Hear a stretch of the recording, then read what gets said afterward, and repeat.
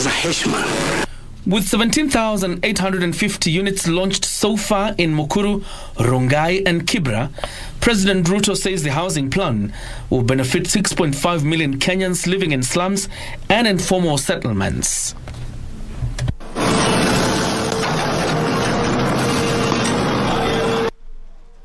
Jacob Kure reporting there. Now, President William Ruto has urged the newly appointed judges of the High Court to be impartial in their administration of justice and not succumb to blackmail or intimidation. The president made the remarks during the swearing-in ceremony of 20 judges recommended by the Judicial Service Commission, increasing the number of High Court judges to 102. I, Mohochi Samuel Mukira. 20 more judges have taken oath of office to shift the wheels of justice to a new gear. The new cohort takes the number of High Court judges to 102 and is expected to bolster the judiciary's effort to deal with case backlog. I, Nthega Lawrence Mugambi. I, Diana Rachel Kavedza. I, John Mugwemi Chigiti. The sworn into office judges include Justice Geshohi Patricia Njeri, Mongare Josephine Wayua Wambua, Nyaundi Patricia Mande, Kavedza Diana Rachel, Churchill Sophie Chebet, Professor Sifuna Nixon Wanyama, Sharif Mwanaisha Saida, Nyaga Heston Bogo, Chigiti John Mugwimi, Mulwa Peter Mutua, Nthiga Loris Mugambi, Mutua Gregory, Wananda John Robert Anuro, Mohochi Samuel Mukira, Olel Francis Rayola Oching Odhiambo, Dr. Githiru Freda Mugambi, Magari Dennis Kizito Ngwono, Masharia Florence Wangari, Odera Teresa Acheng, and Vishram Alim Al-Nasir. President William Ruto, in calling for impartiality in the administration of justice, say judicial independence remains paramount. That you will always do that which is impartial, and you will not submit or succumb to blackmail, intimidation, or threats from any corner. The expedited swearing-in of the new judges adds to the assertion that there may be a newfound relationship between the judiciary and the executive.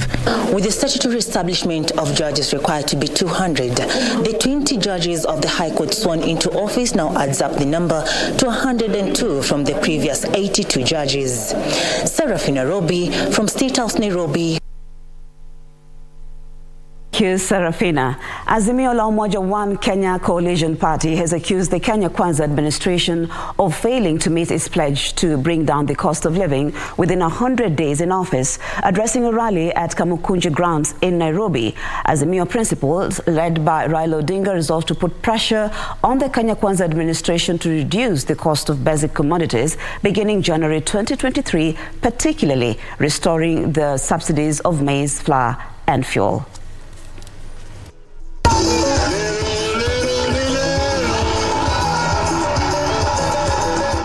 Azimio leader Raila Odinga, accompanied by other Azimio leaders including Martha Karua, Kalonzo Musyoka, and former Kakamega Governor Wycliffe Oparanya, were at the Kamukunji grounds in Nairobi for a public rally. During the rally, the leaders hit out on the government over the state of affairs in the country. Hawa ma-commissioners wanne tunataka mpaka warudishwe pale wako. Warudishwe pale. Alupa na Ruto mpaka azuiliwe kuteua tume nyingine ya uchaguzi ambayo ni yake ni kama kargosi yake. Tutapiga makoti tukishindwa na kujilisha sababu ya GMO. Mkulima wa kawaida atapata pesa ya kwenda kununua kwa duka.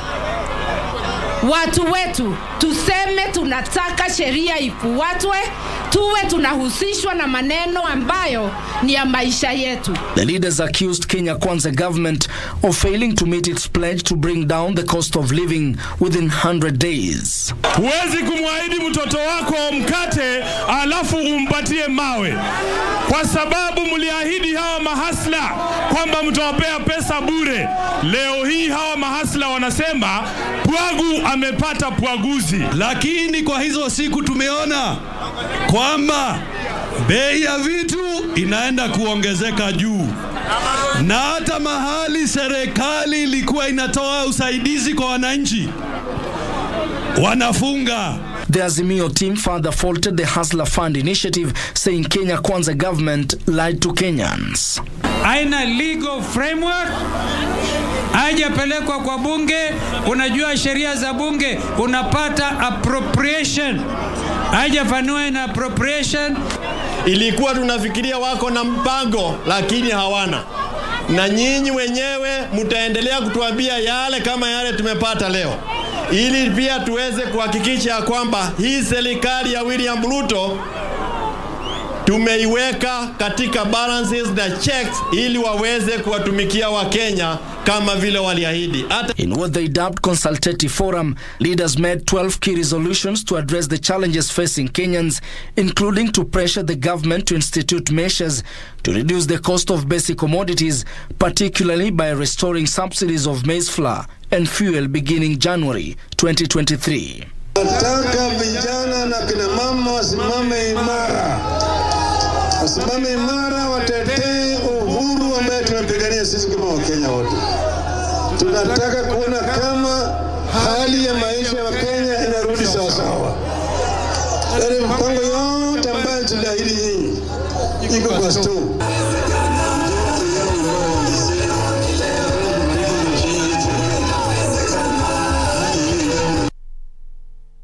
And away from that, the Senate Health Committee now wants Nairobi County leadership to streamline health operations in the capital following rising cases of negligence in various hospitals.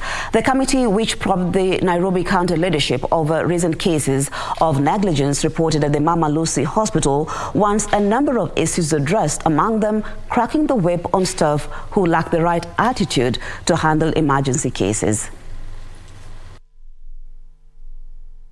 The Senate Standing Committee on Health has urged Nairobi County Executive to ensure its staff in the health sector have the right mindset while on duty to reduce cases of negligence recently reported in various hospitals across the capital. The committee on Wednesday probed Nairobi County Governor Johnson Sakaja, Mama Lucy Hospital and Kiambu Level 5 Hospital leadership over the death of Maureen Anyango after delivering twins. Just about the nurses. These are issues that Mama Lucy from the gate, a cleaner, the nurses, And while I sympathize with the nurses, as the governor has explained, that it's because of maybe inadequate numbers. But looking at the account of this one, I think auntie to Mr. Otieno, that when a particular doctor came and it's actually Professor Rogena, and recognized her, the doctor was now ready and willing to help her, to help the patient. But as per her testimony, when the patient was being helped by this particular doctor, all this time nurses did not come to their aid and just stood at the desk watching. Meaning, it is not that they were that busy. Therefore, holding the resources at the Ministry of Health while expecting counties to deliver that service is actually shocking. At the state at which health services are in Nairobi, we expected that Nairobi was going to be at the top, but we are going to support you and make sure that the facilities that belong to the county that have been taken up by national government, they must revert with immediate effect to county government. So majority of Kenyans go to public hospitals. Now, what measures? You have seen what happened. You have gone through these reports. Have you taken any action to maybe ensure that in the future our nurses will be more professional, they will be more sympathetic, they will put a human touch while attending their patients? In their defense, the leadership of Mama Lucy and Kiambu Level 5 hospitals claimed there was no delay in rendering services to the patient. For us to highlight the problem, we don't hide anything. It is a challenge, see the challenge, so we can get a solution. So I hope that you're still available as a committee to work with us. We said our facilities will have, there's a medicine who is a doctor in all the facilities. But at that level, there will be an in charge of the facility who's an administrator, not a doctor or a nurse. We'll have somebody in charge of the facilities, the logistics, equipment, Yeah, are the lifts working? Do our nurses and doctors even have a place to drink tea? Are they getting food? Somebody to run that. Then the medical issue of medical services will be dealt separately, so the doctors can deal with the health issues. Sakaja, who was taken to task to explain measures the county is putting in place to remedy the situation, revealing shortcomings of the previous regime, which administration seeks to amend. The Jackson Mandago-led committee has since visited Mama Lucy Hospital to ascertain the current situation on the ground.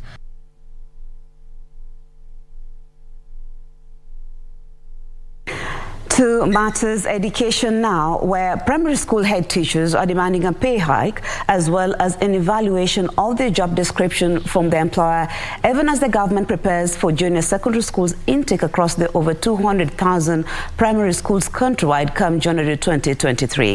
Through the Kenya National Union of Teachers, their school heads further want those in acting capacity to be confirmed and promoted before the beginning of next term. Our reporter Junai Karisa with more details from the Kenya Primary School Head Teachers Association Conference in Mombasa. Day 3 of the 18th annual KEPSHA conference saw the Teachers Service Commission listen and address the lamentations of the over 10,000 school heads currently meeting in Mombasa.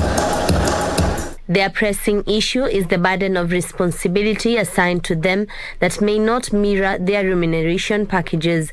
It goes without saying that additional responsibility calls for additional remuneration. So we cannot just expect head to do this donkey work without being looked into in terms of remuneration. The teachers are demanding an evaluation of their roles in administration of the learning institutions while calling for the confirmation and promotion of their peers. We must reduce the workload of the head teacher and specifically leave the head teacher to do the work that he was trained to do. Kenya National Union of Teachers Secretary General Colin Soyu says the union is concerned with the rising number of suicide cases that have been largely attributed to the delocalization reforms that have since been revoked. Most of you take drugs based on pressure or even sugar conditions out of the work that you do.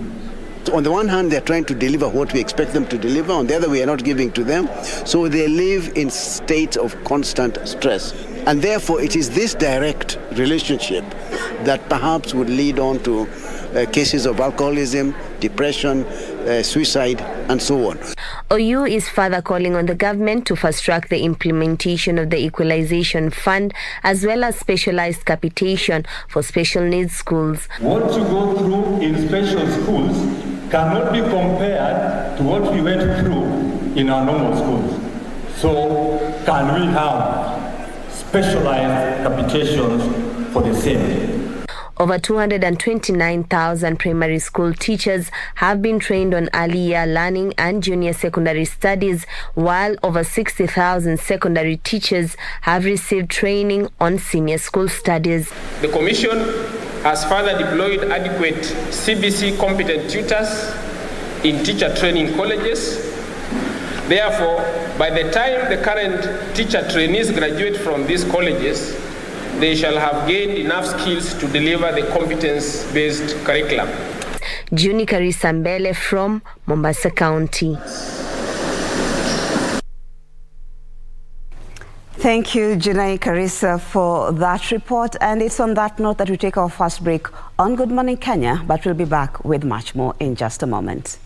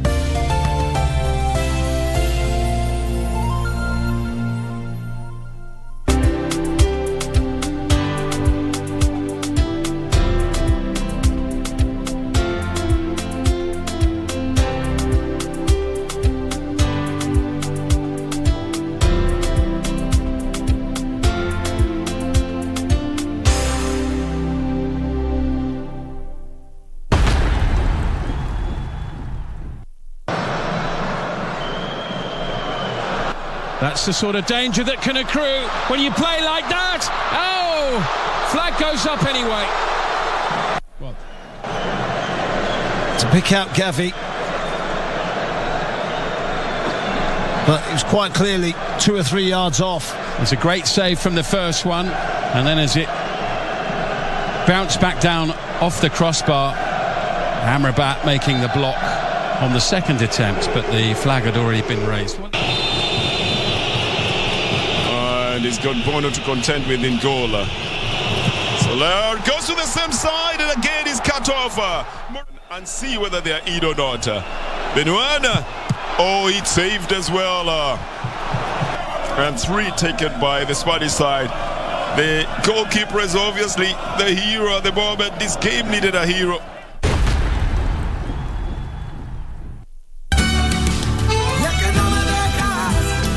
If he does, he will only go back straight into the arms of Angelica. You've got to do something right now. Don't make me think that I bother you or that you don't love me the way that I love you. You're way too stressful, Aunt. I don't like that at all. Are you sure that's the reason? Oh, there is no way that you will abort a grandchild of Gonzalo Morat. I don't want to raise it by myself. This should serve as a lesson for you not to mess with me and try to stop being a fake hero and a nosy deaf freak. I'd rather not waste my time on you anymore. Play with your new girlfriends and don't call me again. Carolina's mother knows absolutely every bit of detail that's happening in my life. It's only you who could have told her about that. Shut up! Today, I want to show them my attitude today. Ya bwana, ni chuo kikuu cha burudani, mashavu. Nyumbani kaumbea. Burudani. Twende tukacheze bango. Mama it takes 2 to tango. Na interview kali kutoka Pwani. Nakucheza nawe. Baby nimechizi nawe. Na ukitaka tuiwashe leo. Bwana, kila siku ya Friday ama Ijumaa ukipenda saa 3 hadi saa 6 kamili. Fanya kama unacheza isoko. Kumbuka hashtag Masha. Nyumbani kwa burudani. Usikose tegea shokani tokea pande za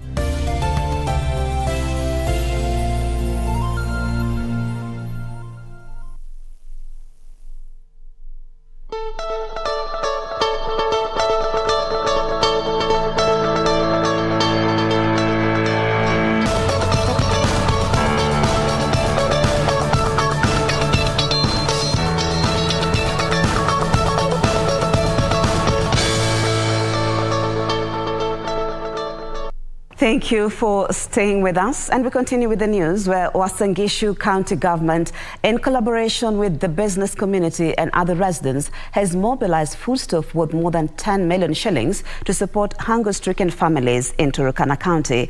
Governor Jonathan B. Chelilim, while leading the drive, said Kenyans must stand together in helping those afflicted by the lengthy dry spell. While thanking the Eldoret business community who also joined in the donation drive, the county boss said there was need for a concerted effort by all to support those affected by drought.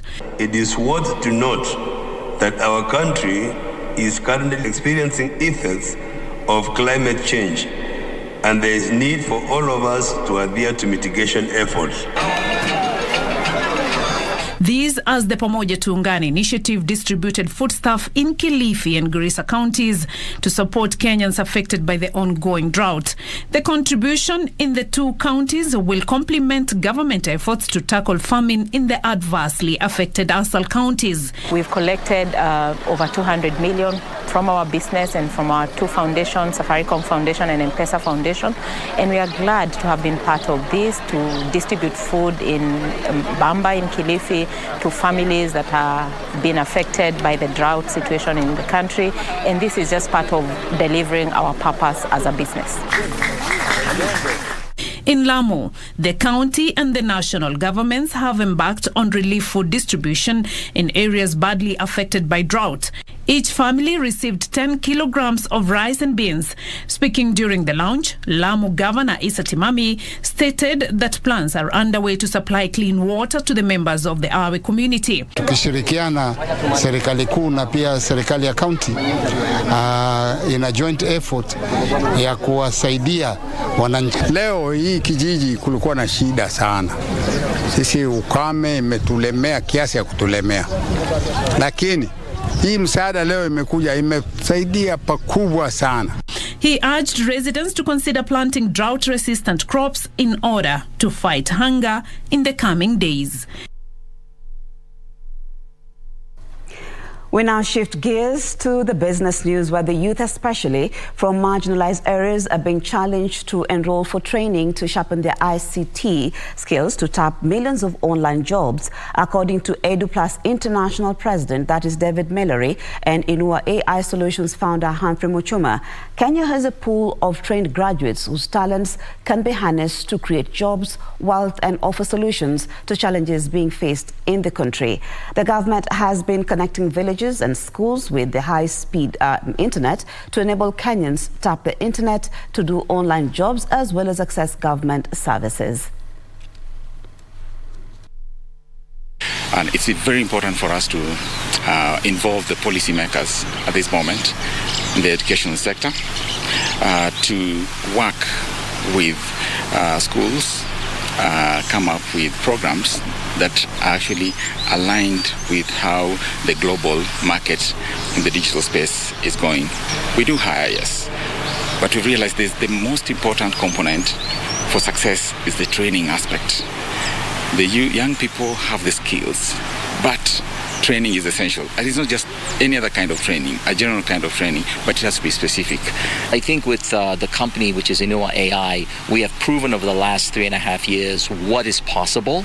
And what we want to do is solidify the partnerships with the government, with educational institutions, with other companies, so they can see, oh, this has been a successful endeavor.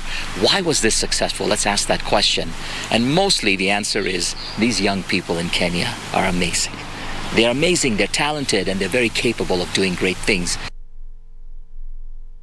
Now, the Ministry of Agriculture is working with the Food and Agriculture Organization to map out long-term measures on navigating drought. Agriculture and Livestock Development Cabinet Secretary Mithika Linturi says urgent action should be taken to address food challenges the country is facing through a focus on efficient and effective agri-food systems. At the height of the ravaging drought, the government had set out to distribute relief food to the most affected Kenyans.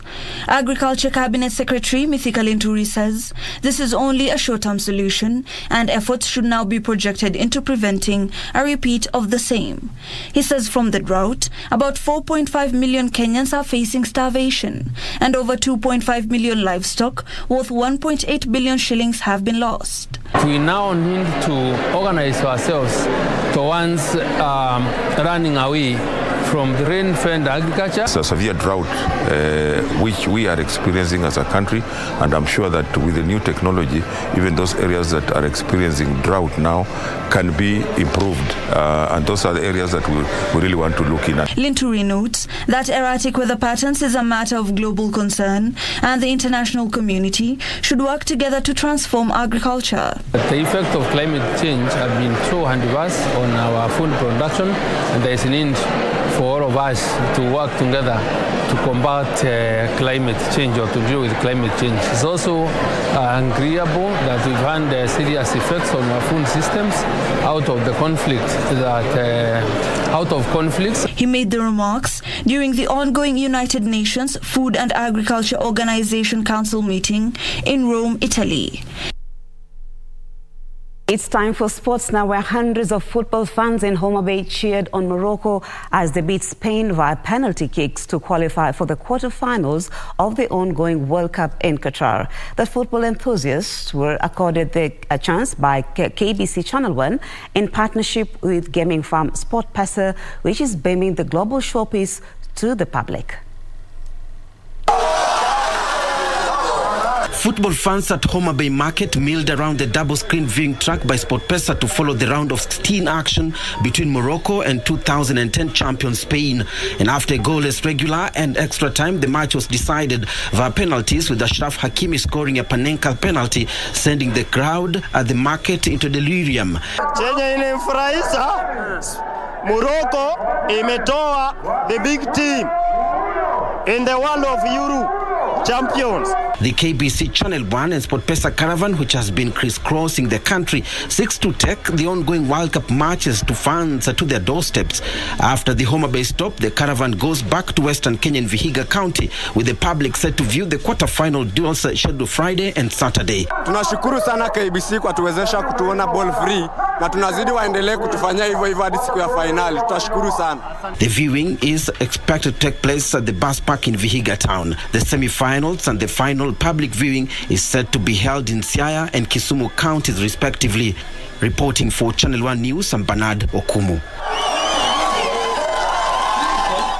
Now, the national cross-country trials to select a team that will take part in the World Cross-Country Championships in Australia will be held this Saturday at the Kenya Prisons Training College in Ruiru. Athletes who will be invited to take part in the event are required to have competed in the international cross-countries, emerged among the top 10 and competed in the last local meeting in November 2022 and obtained credible results. Some of the athletes who have been invited include Commonwealth Games 10,000 meters silver medalist Daniel Semeo, World Half Marathon silver medalist Kibi Watkandie, three-time World Half Marathon champion, that is Geoffrey Kamworor, 2018 World Under 25,000 meters champion Edward Zakayo, and 10,000 silver medalist Stanley Waithakamburu. Others are Commonwealth Games 5,000 meters champion Beatrice Chebet and Africa 1,500 meters silver medalist Purity Chepkurui.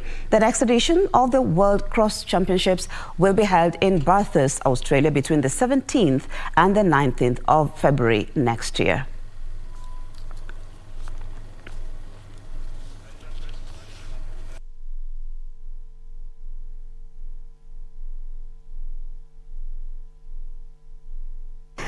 Well, that story brings us to the end of the news this morning, but we still have much more lined up for you in Good Morning Kenya. We are taking a short break, but we'll be back with In the Headlines in just a moment.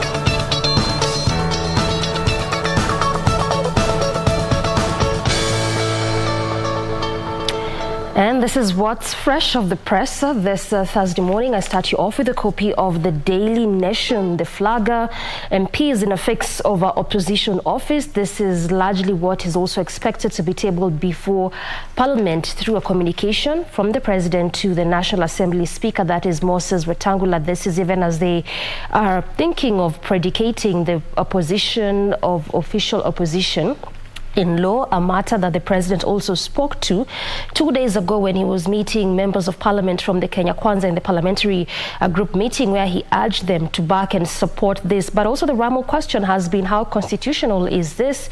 And will it actually elicit a referendum, or is it a preserve of just Parliament to debate and decide on the matter? Three other key proposals are also expected to feature, aside from the official opposition position, also the issue of the gender question and the two-thirds gender rule. You can remember that the previous Chief Justice, the former Chief Justice, had talked about dissolving Parliament because of not meeting this particular threshold. So this is also expected to feature that proposal. Also the matter of predicating CDF in law. As we know, so far the Attorney General already okayed the disbursement of $2 billion on a weekly basis to members of National Assembly. This is for the CDF fund, a matter that the courts had pronounced themselves on, saying that it was unconstitutional. But when the Attorney General was okaying it, he said that what was actually declared unconstitutional was the CDF Act of 2013 and not what has been running, which is the NGCDF of 2015. And so this is what they are looking also to predicate in the law part of what will be featuring in those proposals. And also lastly, just looking to amend the standing orders of CSs appearing before Parliament. Remember, in our dispensation, what we have is that they can be summoned by the various committees in Parliament, but how about appearing before the entire plenary? This is what they are also set to be looking into, just among a raft of proposals that are expected to be tabled before the members of National Assembly today. Also, away from that, still featuring on the front page is Raila's New Year battle. Do you remember they had their first public consultative meetings yesterday, and they put together the list of 9 demands, key among them being the issue of GMAs, cost of living, the IEBC commissioners in fact asking the president to depart from the whole idea of just constituting a selection panel that will be looking into recruitment of new commissioners. You remember that already the IEBC Act of 2022 has already been passed before Parliament, which has come up with a new way of just constituting this election panel that will be looking into recruiting of IEBC commissioners. This is a matter that they also spoke into yesterday, as well as matters of cost of living and the issue of the GMAs and also various other issues that came to the fore. And so basically what they are asking is for the government to look into this issue, also the issue of the Kazi Mtaani, before then they can continue with these public meetings. And this also came at a time where they just reiterated that on the 12th of December, that is the Jamhuri Day, they will be holding those parallel Jamhuri Day celebrations in Jacaranda grounds. And again, this will pick up next year. They talked about a 30-day long of just having this particular meeting. But this article also well highlights some of those key issues that they want the government to address, aside from the ones that I've just talked about. And lastly, Nat Buck's ban on a boarding primary school, a matter that the principal secretary spoke into during the KEPSHA forum, which is actually still continuing. Today is day 3 of this particular forum in Mombasa, where the primary school heads are meeting there to deliberate on modalities of matters education in the country. And this is a matter that the principal secretary of basic education, Belio Kipsang, touched on just having grade 1 to grade 1 not being in boarding schools but being in primary schools, a matter that really has gotten the backing from various education stakeholders, including NAT, whereby the NAT Secretary General Oyu also spoke into that matter. However, there's still mixed reactions from the public in respect to this matter, and this also emanating from parents, particularly those that had paid the fees, and just wondering how this will pan out or develop at the end of the day. Will it be progressive, or it will be a whole overhaul of just removing boarding schools altogether? Steph.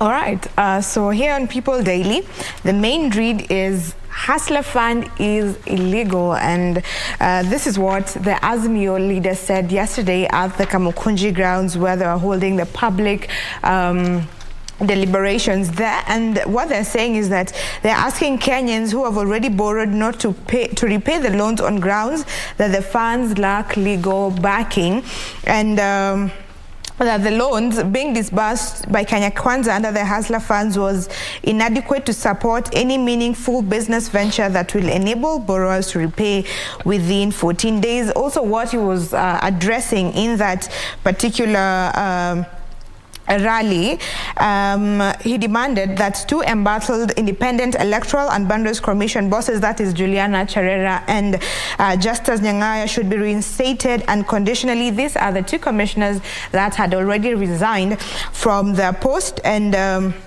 just to avoid that tribunal. And we know that the other 2 commissioners, that is Irene Masit and Francis Wanderi, who declined to resign, are expected to appear before the tribunal or send legal representatives there.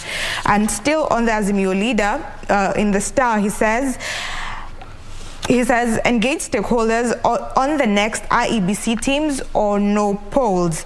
So this is another thing. The next IEBC now promises to be the next battlefront for both Ruto and Raila, given the commission's role in elections management, especially in presidential polls. So the face-off or the standoff still continues between the 2, and we wait to see how the proposal by the president today in Parliament to seek to have an opposition office entrenched in the constitution will go.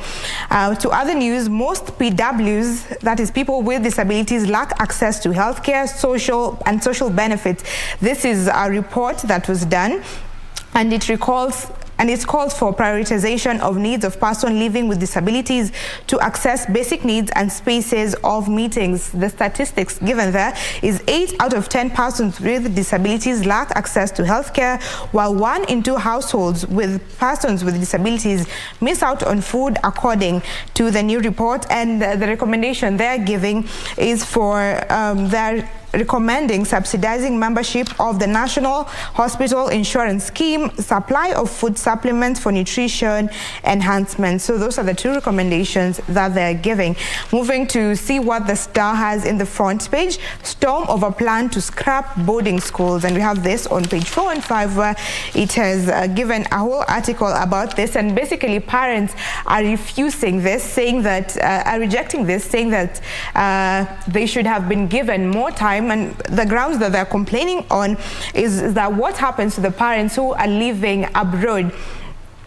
What happens to parents who are living abroad? So if you scrap boarding schools, where do the kids go? And other parents are saying the boarding schools are the convenient places, the convenient spaces to take their children to because of the work condition that they have. We also have the Kenya Union of Post-Primary Education Teachers backing the state's decision, saying that the schools will accord parents time with their children, time to nurture their children. And finally, we have 2 sad stories there. Man kills self after poisoning and stabbing his 4 children. The story is that this man from Homa Bay County, led by anger and frustration after losing his job and after his wife reported him to the children's office for not providing for his children, and he was called to appear to the children's office. So he was mad, and then he decided to poison and stab his 4 children, and then later on kill himself after he thought that the children had already succumbed to the poison and to the stabbing. So the children are now fighting for their lives at Homa Bay County Teaching and Referral Hospital. We sure wish the children a quick recovery. We hope that all will be well with them. And it is worrying with us now for being in the 16 days of activism against gender-based violence. These are some of the things that are happening. University student shot by police during protest dies. This was a university student that was shot on Monday, so he has succumbed to the injuries. And we also see that the university has been closed indefinitely, and the VC cites insecurity around the campus and recent student protest as the reason for the closing of the university. Those are some of the stories making news on the Star and People Daily. Marie.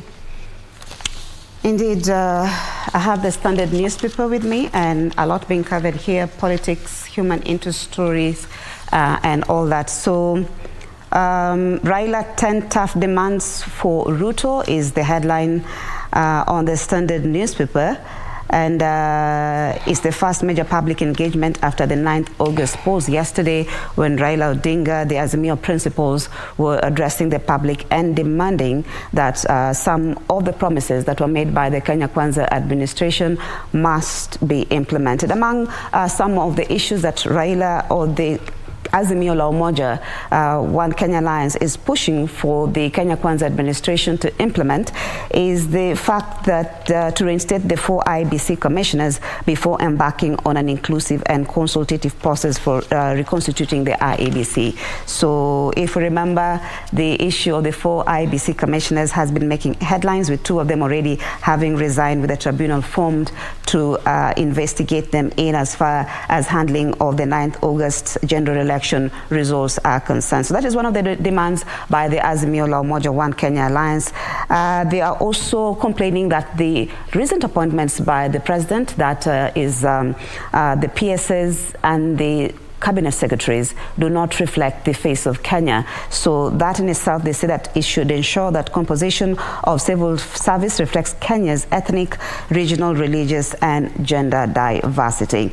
And again, the issue of GMOs still making headlines, with the opposition saying that it should not be allowed in the country, and restore the Kazi Mtaani program while pursuing other options such as affordable housing. Also, the Hustler Fund is one of the issues that the Kenya Kwanza wants addressed in as far as the interest is concerned, saying that some Kenyans might not be able to afford to pay the interest, which is at 8%. On page 3 of the Standard newspaper, the Kenyatta National Hospital CEO did appear before the Senate, before the Committee on Health, and was giving evidence and what is emerging in as far as if you remember the story about the child who had a fork jembe lodged in his head and died.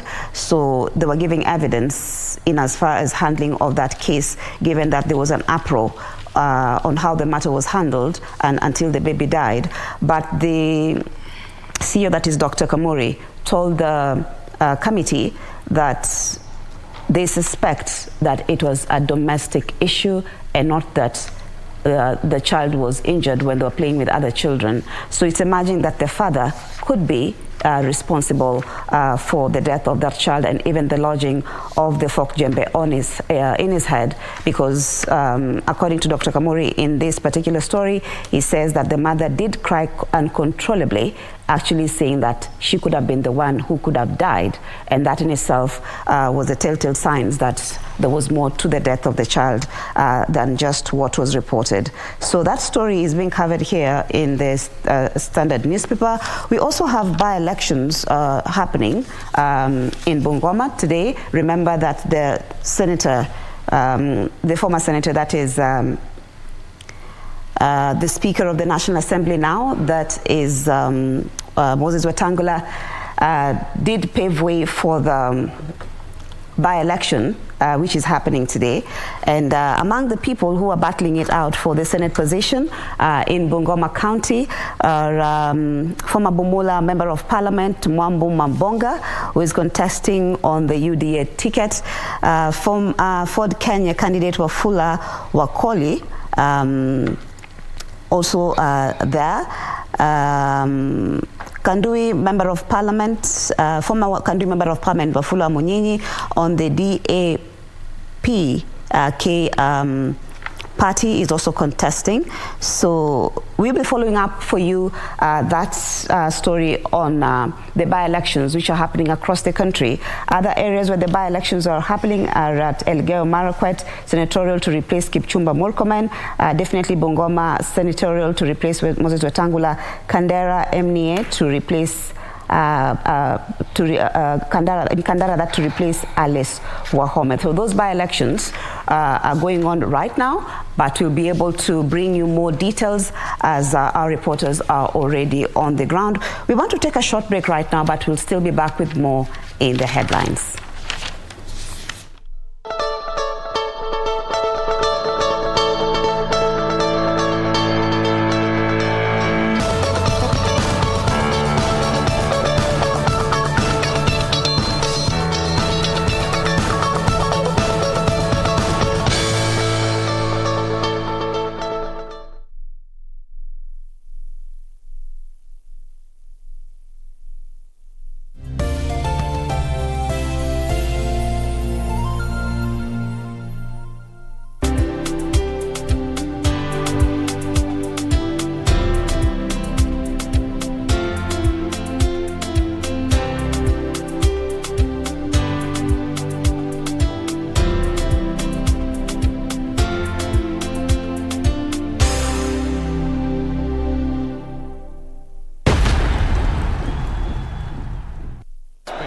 Hakimi given the responsibility.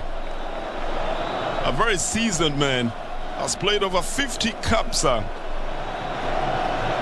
57 to be precise, for Morocco. And Hakimi puts it in the net, and they will not need to go for the others, because even if they do, Morocco will still have won it. And Morocco get into the last 8 for the very first time in history.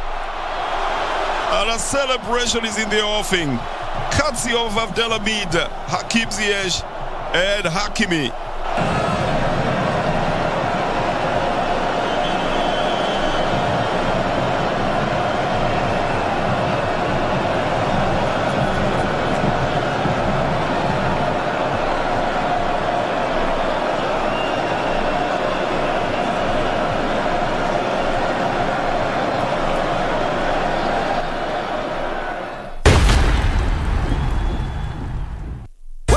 Today, I want to show them my attitude today.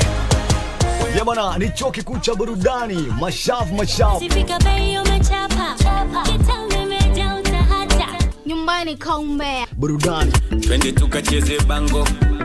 Mama it takes two to tango. Na interview kali kutoka Pwani. Nakucheza nawe. Baby nimechizi nawe. Na ukitaka tuiwashe leo. Bwana, kila siku ya Friday ama Ijumaa ukipenda saa 3 hadi saa 6 kamili. Fanya kama unacheza isoko. Kumbuka hashtag Masha. Nyumbani kwa burudani. Usikose tegea show kali.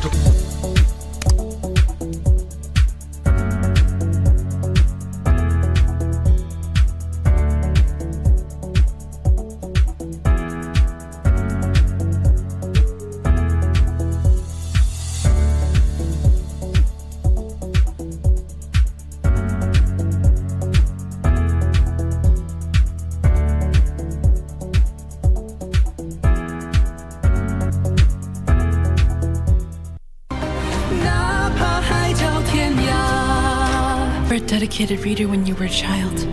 You haven't changed a bit, even here in the human realm. I value his life more than my own. Those other women can't compare to me. Zeno told me, you fed me with your blood for 70,000 years.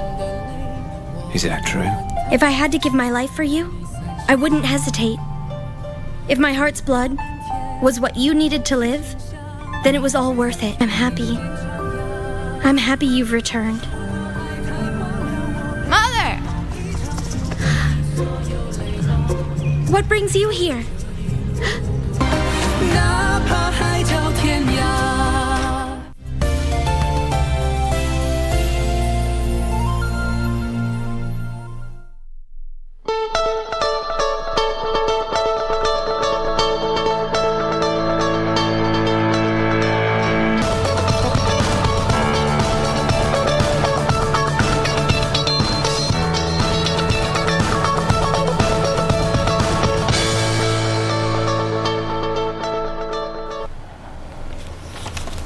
Welcome back. We continue our pace with just unpacking for you what the dailies are holding for you. And just to pick it up from where Marie left, this is in respect to what is currently happening today in Bungoma County. That is the senatorial race there. Of course, mentions of the candidates there, and the three major candidates, that being the DAPK, which is a constituent party of Azimio la Umoja One Kenya Alliance, as well as the UDA party and also Ford Kenya. But as of yesterday, there was a bit of concerns, particularly from the agents, just decrying the fact that there was a bit of push and pull in respect to some of those agents getting accreditation. But the moment that we also link up with our reporter, you'll be able to at least converse on what is happening there and whether that particular issue was sorted out yesterday. Also, the other thing to note is that this has been one of those counties where traditionally it has been dominated by Moses Wetangula's, that is Ford Kenya party. This is by just showing how this particular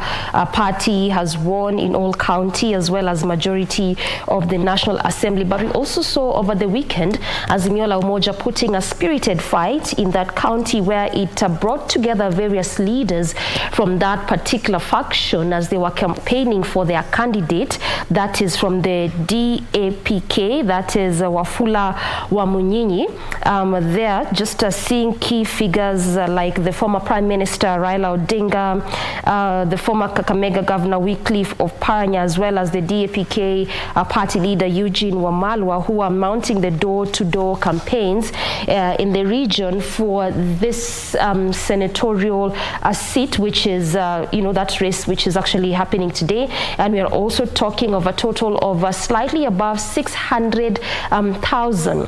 registered voters in that specific county, looking at also about 204, if my memory serves me correct, in terms of polling stations there. And also what came out yesterday from the county returning officer is that at least as of yesterday, they had already ensured everything was on deck for today. And this is in the ballot papers. Police officers also, there to just play a key role in ensuring there's a peaceful process in this elections. And also what we know is that at least as early as 6 a.m., polling stations already open just for this specific exercise. And this is in respect to that seat, which obviously became vacant after Moses Wetangula was elevated to position of National Assembly Speaker through the parliamentary vote there. We are also expecting very key other elections in various other areas where the seats were vacant as these members or leaders moved to the executive. But this is the key area to watch today in respect to this particular senatorial elections. But also, the minute we get the link from our reporter who's stationed there, he'll be priming us on the very latest from that end. But also just continuing to unpack for you what the Daily Nation is holding. Again, one key major event, we have also touched on this earlier on. This is the proposal that is set to be tabled before Parliament, and specifically to the members of National Assembly, key among them being the proposal to predicate that position of official opposition in the Constitution. And also the burning question has been the constitutionality of this and whether we might go the referendum way. And if that is the case, then do we have enough as a country for that particular process, a matter that also the president has largely spoken into, not just when he was meeting members of Kenya Kwanza during the parliamentary group meeting in Windsor 2 days ago in Kiambu County, but also a matter that is spoke into in Chatham House. This was just before the election, just looking at how we can, make sure that there's inclusivity. Over time, we've talked about how the winner not having it all, and this is part of what also the BBI had in some of its proposal, largely also what we are seeing, being proposed there as having position of official opposition with clear guide and responsibilities, key among them being that, the leader of opposition will also be able to appear before Parliament, address Parliament, respond to questions.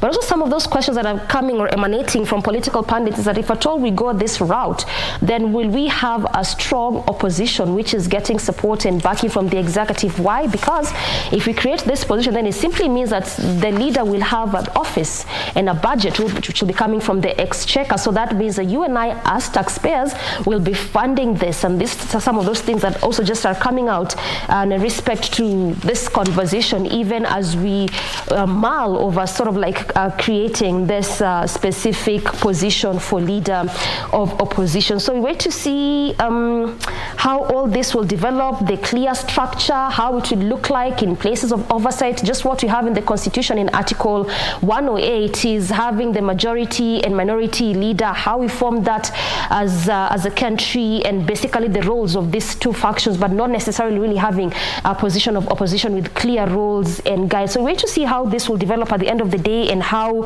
members of National Assembly will be responding to that matter. Also, something very interesting I should show you on the Daily Nation. Just quite an interesting caricature there. If you can have a clear look on what we have here. If you just can see that what we're having there is the image of the Meru governor. That is Kawira Mwangaza. But before I just get to give you the details of what I was showing you and what is happening to Meru County, I want us to head over to Bungoma County, where our very own Wycliffe Okech is on standby there. Wycliffe, the by-election is taking place there. What more do we know? Doreen Arange, a very good morning to you. This 8th day of December 2022. It is the day that the Bungoma residents have been waiting for, so that they can get to the poll and elect who is going to be their senator for the next 5 years. Remember, this seat fell vacant following the successful pursuit of the Speaker of the County, the National Assembly, by who was holding this office, that is Moses Masika Wetangula. And since then, when the IEBC declared that seat vacant, it attracted so many candidates, and those that were process to vie for this seat were about the 11 candidates. Some of them are running as independent candidates, and some are sponsored by various political parties and coalitions. Yes, and right now we are at a place called Moi Primary Schools. Moi Primary School is one of the polling centers in Kandui, rather in Bungoma County, that is being used for this exercise.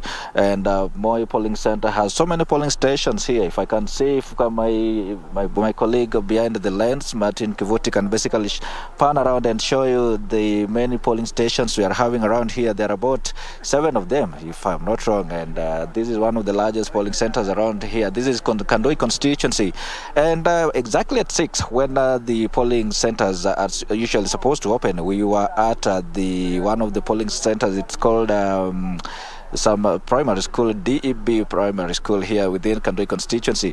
And let me tell you, by around 6:51, that is 51 minutes later, only one person had voted in one of those polling stations. That is already painting a picture of low voter turnout that we can expect throughout the day here, though we cannot tell because it's very, very early in the morning still. And you see, we have a culture as Kenyans at the last minute rush. Probably we are expecting many people by the day to stream in by the day. But then just to paint for us a picture of what's happening here, Doreen, Martin, if we can just basically bring one of the presiding officers here on set and just tell us what is happening in his particular polling stations. And brother, if you just look into the camera here and talk to us, I'm going to hold the microphone for you. Okay. Tell us your name and what you do here, and what is actually the general outlook here. How many people are registered for in your stations and how many have turned up so far? Yeah, thank you very much. I'm Omalo Sostin Barasa, presiding officer, Moi Primary. That is room number 4. The day started well. As usual, we opened our station exactly at 6:00 hours. And as you've reported, actually, the turnout is too low. And we are expecting people to keep on streaming in. We may not have so many reasons why they're coming at that low rate, but as IEBC officials, we are set, we are prepared, we are ready to receive them. And like in my polling station, so far, we have only seen around 12 out of 589 registered voters in my polling station. That means the turnout is completely too low, but we are hoping for the best. We may have reasons. You see, this is a by-election. It's only being done maybe in Bungoma County, and maybe some of, or majority of the voters, some of them, they work elsewhere. And you see, unlike other counties, the work is on, people are working.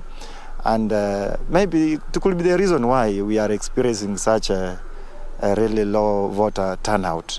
But we are hoping for the best at the end of the day.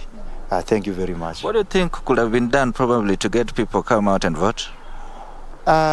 I think sensitization, maybe if it was done, it was never done enough. And also maybe people are not seeing the real reason why they should come because of maybe the life situation. You see, at the moment, the country is really experiencing what we call economic hard times. The cost of living is high. Maybe people are preferring to go and look for other ways of survival other than coming to vote, maybe for their own reasons known to them. Okay. All right. And I saw at at your polling station that one of the voters came there, but then you redirected him to another polling station. What could be the reason? Yeah, actually, this is Moi Primary. It's a center, but within the center we have another center because of there is this Namachanja High School, which is also a polling center, but because of the ongoing examinations, KCSE paper, we are not able to carry this election process from the school. So the IEBC opted to move the station, the center, to the neighboring primary school, which is still this Moi Primary. And that's why you saw one of the voters came in, but he was not able to vote from Moi Primary. Instead, we advised him to go to the Namachanja, which is still the same institution from the other side. Yeah. Okay. Have we had any case, probably the 12 people that you mentioned that have already come to cast their votes, have we had any case of maybe one of them being unable to be identified by that KIMS kit? Yeah, so far so good. We are using biometric identification. For the first 12 voters, none has been validated by the PO. That means the system is doing well, and we appreciate that. Okay. All right. Thank you so much. And just tell me, after how long will you be maybe doing the tabulation for the turnout? After how long? In what frequency? At an interval of 2 hours. Like we are supposed to tabulate at 9, 11, 1, 3, and then at 5 when we are just about to close the polling station. Yes. Fine. We'll continue. We'll come back to you later on to see how the turnout pans up. Yeah. Thank you so much. Doreen, sorry. Let me just. That is one of the presiding officers manning one of the stations at this polling center here, and you see the turnout is quite low here. But then there are people still coming out to vote, and with me here is another voter. Let me just get to hear from him what he has to say about his experience so far. Ndugu, habari yako? Kitazamia pale, unieleze majina yako, uniambie ulifika hapa saa ngapi na shughuli inaenda vipi? Mimi ni Yusuf Saidi, mkaaji wa Bungoma. Mimi upigia police station ya Moi Primary School, na naona vote si mbaya, watu wanapiga lakini wanakuja mdogo mdogo, lakini tunaomba kwa Wakenya wote wakuje wamalize hii mambo ya vote, waelekee makazini. Mambo ni sure iko sawa. Mambo iko sawa, lakini kulingana nawe, kwa mtazamo wako, dhani kwa nini idadi ya watu wanaojitokeza kuja kupiga kura ni iko chini? Idadi ya watu imerudi chini kwa sababu watu wengi waogopa, wanapigia watu kura na watu wanaangushwa. Sasa ndio hii watu wa Kenya wamekasirika sana. Lakini kwa sababu watu namuona waliamua kupigia president, wakuja waamua kupigia huyu senator na mambo yaishi. Wakubali matokeo yenye takuwa. Asante sana. Na asante sana ndugu. Thank you. Na wakubali matokeo ambayo itakuwa. That is one of the rallying call. That is the rallying call from one of the voters here, saying that though the process could be slow, yes, but then it's still urging voters from Bungoma County to come out and partake in this exercise if they want to have a voice in the next in the leadership that's going to be in place for the next 5 years. Doreen, that is one of the voters there, urging people to come out and vote. Remember, this is a Moi polling center with so many polling stations here. There are a total of 1,373 polling stations spread across the 9 constituencies that make up the Bungoma County. And of course, from here we'll be heading to other polling centers to see what's happening there. But for now, Doreen, I think I'll hand it back to you, but then we'll be updating our viewers progressively regarding this exercise. I hand it back to you, Doreen. Thank you very much, Wycliffe, for that detailed report. And perhaps just before you go, I'd loved for you to just tell us what has been happening down there in respect to agents' accreditation. There were concerns yesterday that some agents were not able to get this. How is it the Moi polling stations where you are agents now able to get? Have they been able to get that, and are they being allowed inside the polling stations?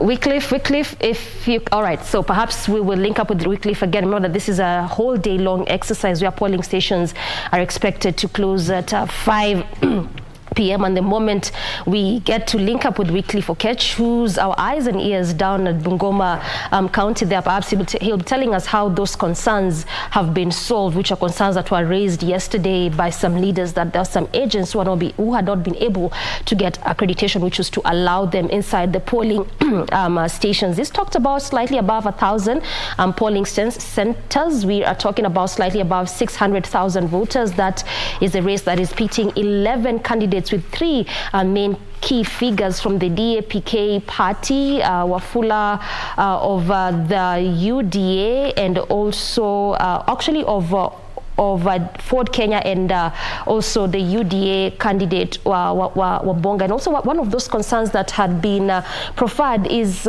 why and how UDA is fielding candidates in the areas of strongholds of Fort Kenya, yet they have not fielded candidates in areas of Kandara as well as Garissa. These are, and also Elgeyo Marakwet. These are areas where we equally expect by-elections, given the fact that these leaders also moved to the executive. Kandara, for instance, the member of parliament there moved to the Ministry of Water. Garissa, we saw Aden Duale, who moved to the Ministry of Defense, and Elgeyo Marakwet, the former senator there, who moved to the Ministry of Roads. So this is some of those areas where we are equally expecting by-elections. But also what we have seen there is a low voter turnout, and that has been well explained. I mean, it's just a by-election, and clearly there's so many reasons to why we normally see low voter turnout during a by-election. But we hopefully expect that by the time the exercise closes in the evening, at least residents there would have turned out to vote for their next senator. But back in studio, I want to quickly continue with unpacking for you what the dailies have. And before I toss it over to Steph, I was just showing you that caricature there drawn by Stano of the Daily Nation, and that is just showing you what is happening in Meru County. Governor Kawira Mwangaza, who is facing another battle from the MCAs. This is even as they've proffered a second impeachment motion. The High Court had quashed or rubbished the first motion that were proffered by the members of County Assembly on the basis that it did not follow the correct and right procedures. And just looking and going by what these members of County Assemblies are saying, that is, it is not yet done and dusted. They are still on with the governor, that is Kawira Mwangaza. And if you watched over the weekend when the president was in Embu County and speaking at a church service there also, which brought together some of these leaders, Governor Kawira was actually calling on the president to come and solve the truce or the tiff that is taking place in that county between the MCAs and the governor herself. In fact, on this second impeachment motion that they are looking to proposed there, they are also wanting to oust the governor on the basis of gross misconduct. There's issues of illegal appointments. You remember very well that 7 out of the 10 CECs that this governor had appointed had been rejected by these members of county assemblies. Also, new developments show that the senator of the county equally has a hand in what is happening in the county government of Meru. So we wait to see how all this will develop. Again, also yesterday, the governor as well called on the president to see how best he can solve this matter, just perhaps calling both leaders, MCAs as well as the governor, to see how they can solve the problem for the benefit of residents of Meru. But we wait to see how all this will develop in Meru County. Steph. All right, so let's take a look at what more the People Daily has for us, and on matters the special sitting that the National Assembly will have today, which is a special sitting whereby the Departmental Committee on Finance and National Planning will be tabling a report regarding the vetting of nominees as members to the Commission of Revenue Allocation. So what is expected is that they will table the report on in the morning. This is today morning at 10 a.m. when the plenary starts, and then ahead of the debate, which will be in the afternoon. And in the event that they are approved by the National Assembly for appointment, and also by the president, the commission chairperson and members will serve a term of 6 years and shall not be eligible for reappointment. The current tenure being held, chaired by Dr.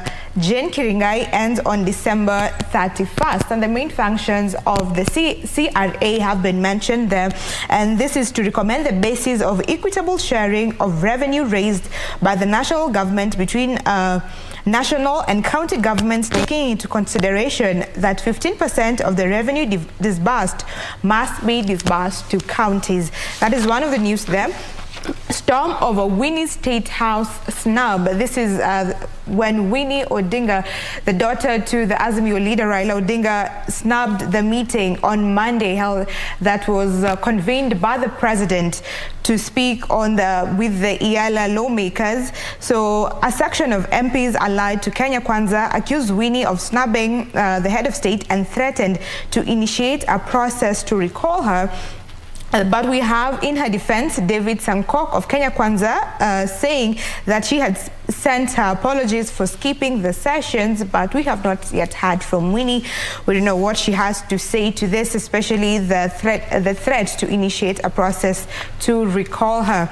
That is on the People Daily. And finally, before I push it to Marie, on The Star, Wanga tells courts to uphold her election. She says she won fairly. This is after last week when Evans Kidoro and some of his witnesses accused the governor and ODM of subverting the will of Homa Bay people by wrongly nominating her and causing chaos to win elections.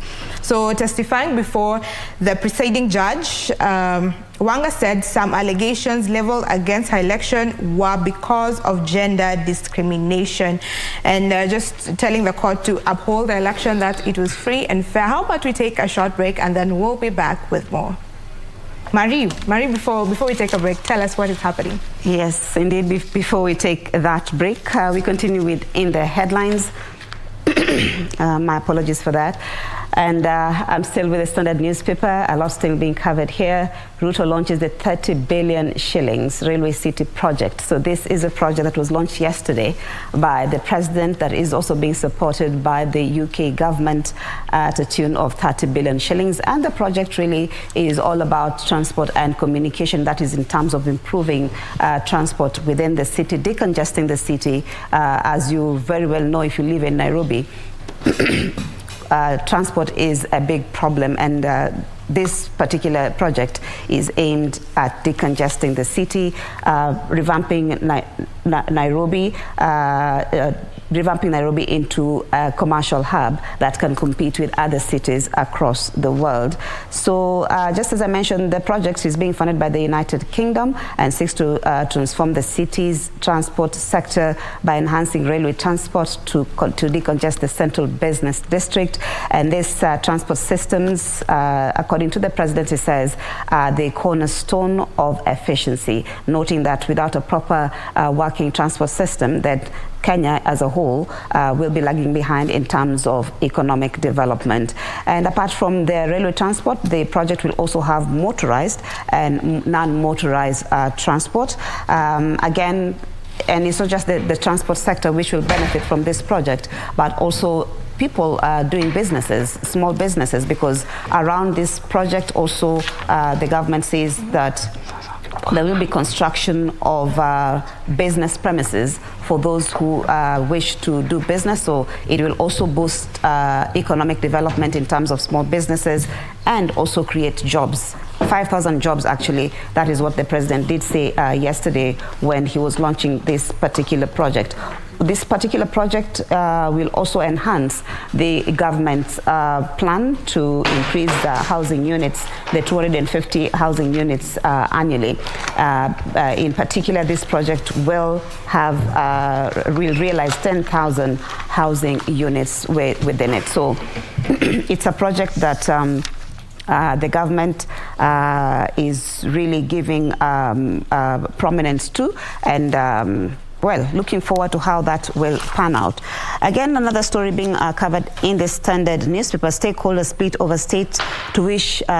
state wish to ban boarding primary schools across the country. That is coming up. That is coming as a result of the CBC, the class, can I say grade 6 transitioning. So a lot of parents did raise concerns with whether the children should be in boarding schools or not. But the government plans to ban boarding schools, and some of the stakeholders, especially in the ongoing primary school heads association meeting in Nairobi, in Mombasa, that's the Capture Conference, have raised concern that banning boarding schools may not really work very well for some parents, because some of the parents have embraced boarding schools and would wish for their children to be in boarding schools. And so the government banning boarding schools and making parents, or choosing for their parents what to do with their children, might not be the right course of action. In fact, some of the members of Capture say that you cannot really do away with boarding schools, because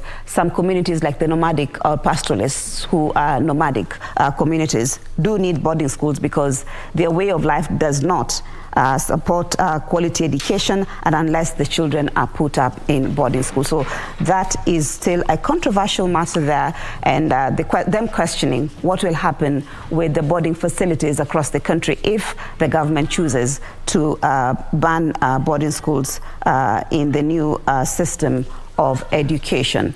So moving on, train police officers on matters GBV to secure justice for victims is also another story being covered here in the Standard newspaper. Concerns really being raised in as far as how GBV victims are handled when they go to report their assaults at police stations. And the question here is whether the police have been trained adequately to handle these victims. Stigma and discrimination being the main issue which pushes GBV victims from reporting the atrocities, and also the fact that there's a lot of resources which have been put to increase the fight against GBV, and that also includes FGM, that is female genital mutilation. Here the Standard just giving us snippets of some of the resources which have been set aside to fight GBV, and that is 23 million shillings. At least 23 million shillings is the amount that Kenyan government has committed to invest for GBV prevention and response by 2022. Also remembering the other day when the president was launching the National Council on Administration of Justice report, he said that FGM should be a gone case in this country. So that is all we had for you here during the Good Morning Kenya first segment. So thank you so much for choosing to start part of your morning with us here on Good Morning Kenya. But my colleagues, that is Stephanie and Doreen, will be continuing with Good Morning Kenya. From me, it's goodbye for now. I'm Marie Yambo.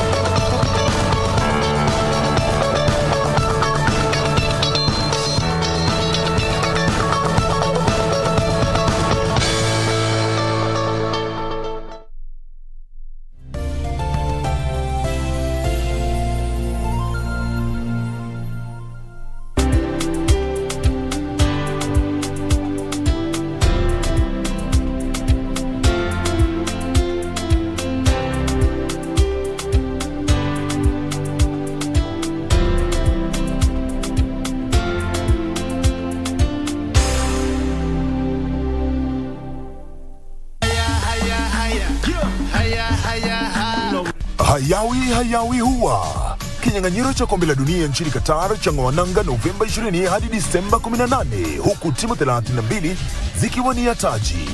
KBC Channel 1 inakupa fursa ya kutizama mbashara kipute hicho kutoka Qatar nyumbani kwako. Runinga ya KBC Channel 1 inakukaribisha kwenye kipindi cha Dunda Dunda Qatar. Nakwambia kwamba baba, alama ya reli ni Dunda Dunda Qatar, na tunakuja nyumbani pale mtaani pale ambapo upo wewe mwenyewe, huku ukijishindia zawadi chungu nzima. Hapa kumejaa vitu kocho kocho. Jongea shabiki kwenye Dunda Dunda Qatar. Ukitazama unashinda. KBC Channel 1, wenzio wa dhati michezoni.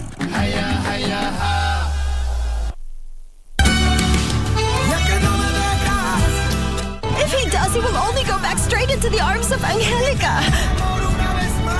You've got to do something right now. Don't make me think that I bother you or that you don't love me the way that I love you.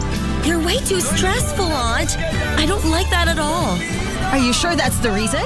Oh, there is no way that you will abort a grandchild of Gonzalo Morat. I don't want to raise it by myself. This should serve as a lesson for you not to mess with me and try to stop being a fake hero and a nosy deaf freak. I'd rather not waste my time on you anymore. Play with your new girlfriends and don't call me again. Carolina's mother knows absolutely every bit of detail that's happening in my life. It's only you who could have told her about that. Shut up!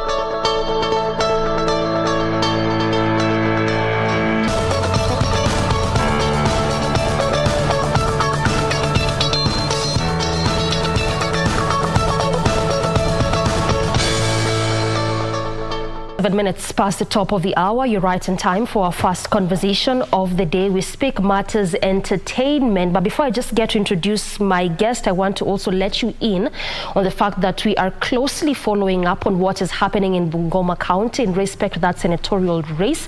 Earlier on, we had our Wycliffe Okechu primed us on what is happening there and just why we have seen that low voter turnout. Of course, we'll be linking up with him later on to also tell us how that is developing and how Kenyans have just gone out to vote for their next senator in Bungoma County. Nonetheless, back in studio, we continue our pace with the day's conversation. Time for us to talk about matters of music and specifically centering our focus on the gospel industry. My guests are here. To my far left is Esther Lillian, who is a gospel artist, also a lawyer by profession, and right next to her is Joel Matu, a minister of the gospel, a businessman, instrumentalist. I mean, he just has a lot of a lot underneath his name. Thank you so much, lady and gent, for making time this morning.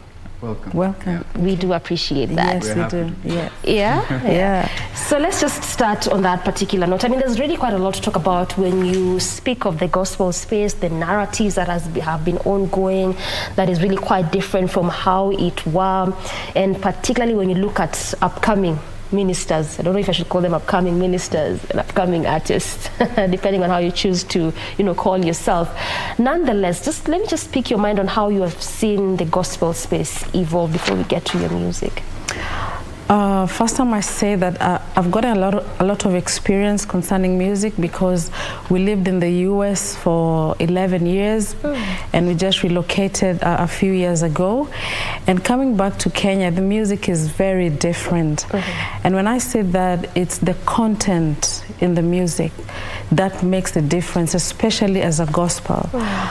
Some of it, sorry to say, don't carry weight, and I believe that it should be content that you are preaching the gospel. So in my opinion, the Kenyan gospel needs to rise up in as much as there's so many young people coming up, which is good as opposed to being in the secular world.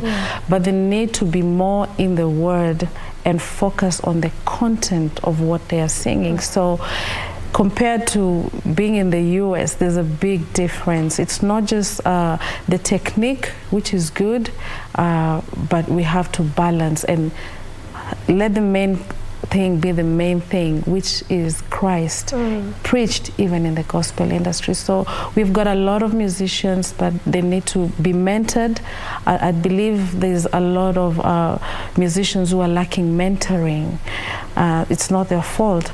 So the older ones who have been in the field for long and experienced, it is important to have seminars even, and that's something that I've thought of doing, just uniting myself with my husband and a team from the US and come here in Kenya and just hold seminars, gospel seminars for musicians and just teach them.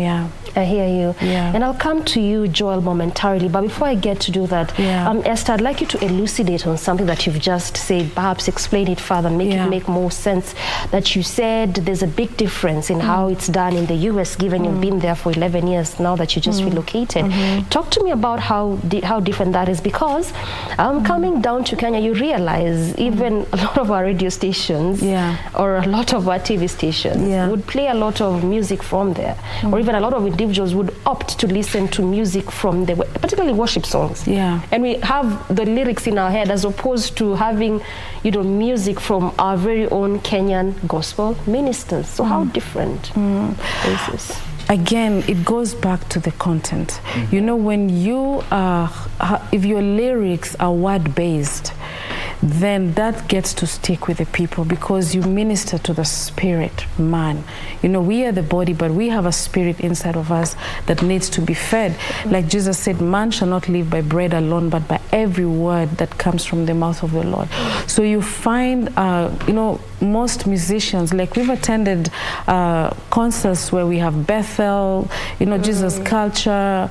Travis Green is just in the country. Yes, yes, exactly. Yeah. So, I mean, we've sat under so many musicians in the US, but you look at the content, you know, that makes a huge difference. Now, that coupled up with the excellence that comes with it, you know, it ministers to the mind, body, and soul. So it gets to stick there.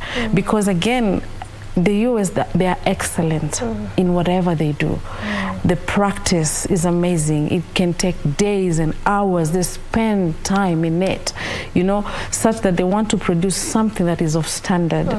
But that in itself, without the content which carries the anointing that attracts, that makes the difference, then, you know, you end up having music that is good, it's nice, but it won't last for long. Does not have a long lifespan. It doesn't have a long lifespan because the anointing is what preserves the words of that song. That you can find, like we have some songs, hymns, for example, old school hymns, you know, Amazing Grace, you know, yet still today we sing Amazing Grace. It is well with my soul. I mean, these are songs that came from a deep place. Some of them is testimony. Yes. It's testimonies, and then in testimonies are part of the gospel that encourage people, lift up people. But when we enter into it and think, you know, we're doing this for money, you know, nothing wrong with that. But again, wrong in the sense that there's nothing wrong in getting rewarded for, you know, doing your gift, but it is wrong to pursue the finances as opposed to the purpose to which you have been called. Then you've missed the reason, you know, why you are doing what you're doing. Don't come out from your purpose, your calling, you know. And one thing in the US, if you look at even Bethel, for example, or Hillsong, I mean, when they're worshiping, even right now we have a Maverick City, look at them. I mean, they came to our church in the US, they were just right there in front of me, and it was amazing. Just seeing the passion in which they were, you know, singing. You know, they became a part of that song, and there were young people in that room, and let me tell you, they were lying down, prostrate, worshiping. The sound was excellent, everything was excellent, but again, it broke down people in their hearts, you know, to just want God more. It drew them more to God. So yeah, I hear you. And I'm just seeing Joel, your husband, really looking at you and agreeing, literally agreeing with all that you know that you're saying in respect to that. Particularly when it comes to the content. I mean, just say like Travis Green is in the country, and you can imagine, aside from the event that he'll be holding, which is actually free of charge, also he'll be performing on the Jamhuri Day celebrations. Oh, nice. You can imagine. So we talk about how, and this is not the first time where we're even seeing artists or ministers coming from outside the country to perform in our very own events. Not to say that we do not bring our own, but just even having in your mind that yes, I'll have a list of artists from Kenya, but on top of that, I'll have 2 from Nigeria, or 1 from Tanzania, or 1 from the US. What does this say about, you know, our culture of music? Maybe what are we missing, or is it that we want to learn something? Yeah. What is it? Personally, I believe the collaboration is good. It's important because they have, like my wife was saying, an experience, a level, a standard of excellence that we probably have not gotten to yet. But as we collaborate in concerts, and you know, we get to experience what they have, we get to appreciate what they have, then we also grow our own capacity. You know, it's pretty much like any other industry. You know, you go and benchmark. So for them to come here and for us to have that collaboration with people like Travis Green or Maverick City, whatever, it's good for our local artists. You know, so for me, it's a positive thing. The fact that they can come here, and obviously people appreciate quality. You know, and one thing you can you cannot deceive is quality. You know, we watch their videos on TV, on YouTube, and we see the quality. So we want to experience that as Kenyans, you know, as people who appreciate music. So that is why there's a demand for that as well. But if we get to that level, then there'll be a demand for our local content as well. So then we should not take it in bad taste and bad faith. Just look at it as a point or as a moment of trying to see what can we do to upscale. I mean, Esther just said that these are some of those music or artists that have longevity. Just talked about Amazing Grace. You can't, you wouldn't, telling people of a time wouldn't even know who composed it, but the way you sing it is like our kids are singing it. You know, they don't even know who sang it. Imagine, but that's just how much work went into it. And a lot of thought went into those hymns. Exactly. You know, they were not just singing songs like my wife was saying to make money. They sang songs based on experience, on things that they went through. So it was a heartfelt hymn. You know, she talked about Amazing Grace. There's the one, It Is Well With My Soul. We all know, you know, the composer of that. Just allow me to cut you on that point, Joel. We want to fix on your technicality. Mike, there's a bit of glitch with that, but Parks of Life TV. I mean, Esther, you've been in this space for 15 years. That's right. I'll call you a veteran in the industry. I should. It's been quite over a decade plus. I mean, and you know, the gospel space, particularly when you juxtapose that with currently what is happening, you really wouldn't see good number of upcoming artists stay. You know, one would start as a gospel artist, give them a year or two, and they realize, you know, I was called into music, but not this kind of music. You've been there for 15 years. What has been the fact that has been sustaining you in this space? Well, first let me say this. It's a passion that I've had since I was young. And when you have passion, you know, you don't need anything else to drive you. You don't need motivation. You can do it for free because you love it. For free? Yes, you can do it for free. And let me tell you, your passion, your gift will make room for you. And so that's one. And then when we went to the US, I joined a school, a Bible school, and I did School of Worship. So I went to educate myself on music. And from there, I went to a secular school to do classical music. And I've done classical music for like, I think 4 or 5 years, you know, mainly piano and doing theory, classical pieces. And that really, it just boils down to the passion that I had for music. And also one thing that I'm looking at is to have a different style of music, gospel music, like classical gospel music. So I think just studying it and loving it has kept me going on because I've been growing, I've been learning, and even after I left, we left the US, went to we went South Africa before we went to the US, but then during holidays we go to South Africa, and like one of my songs there is Amapiano. You know, the genre itself is Amapiano, and it's gospel, it's different. So I've been keeping myself educated, you know, in terms of learning music by doing music theory, learning different styles of music. I just don't stick to the Kenyan style, you know, this is the way we do it. No. I have a classical piece that I've recorded. I don't have it here, and I did it in the US. And then there's the Amapiano, which you can get it on Esther Lillian, my YouTube account. So just the desire to grow more into music has kept me going, and the love of it. I hear you. And not looking for approval from anybody. Exactly. Yes, I'm not looking for approval. I am content with who I am, and I sing, and if you like it, amen. If you don't, well, there's something else for you. That's good. You did your bit. Yeah, I did my bit, and that keeps me going. But you see, if also you enter into it and you have high expectations of nothing wrong in lifting up your faith that your music will go far, but where is your focus? Is it people to become famous, to be a celebrity?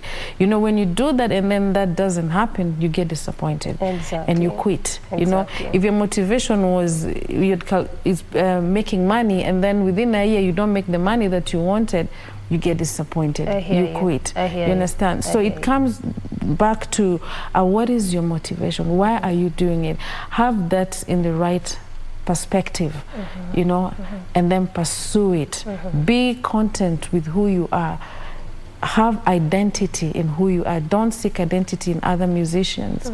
God has called you differently. What I sing is not what you can sing. You know, the people I reach is not who you can reach. So once you have your identity in Christ and know who you are, and you're not seeking for approval, then you stay in it. As opposed to being in it for other reasons, because once that reason wears out, then there's nothing else to be there for. I hear you. I mean, you're just really mentioning quite the technical issues there that you're orienting my mind to open up this conversation further. But we have managed that glitch, Joy. I think now you can finish up on your point of quality, and even as you talk about the quality of music, as you are just saying, I'd also want to just understand how you are a support system. I mean, 15 years is not an easy time in the industry. There's a lot of time you could decide, you know, it's not even worth it. I mean, God, I've done my bit so far. 10 years or 5 years is good enough. But also how you just maintain being a support system, you know, for your wife, someone who's in the limelight as well.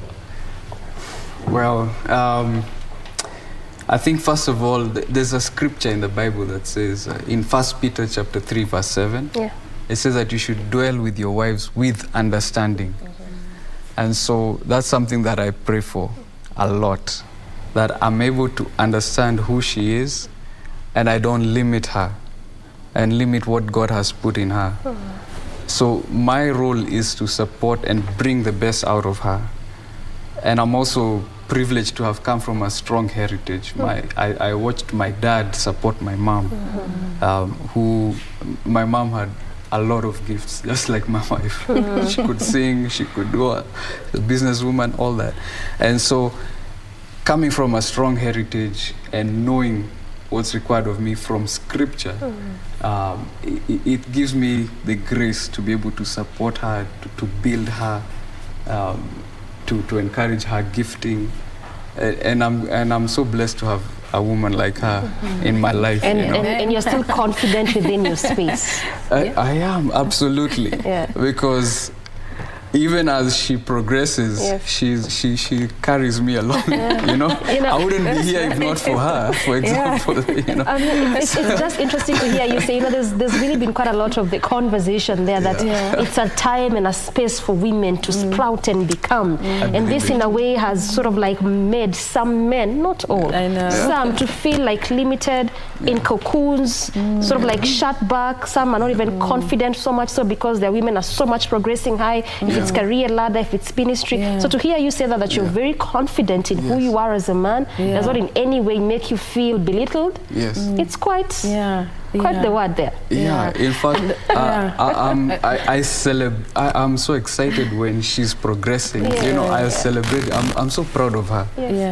So proud of my wife. You know, I tell people about her, what she's accomplishing.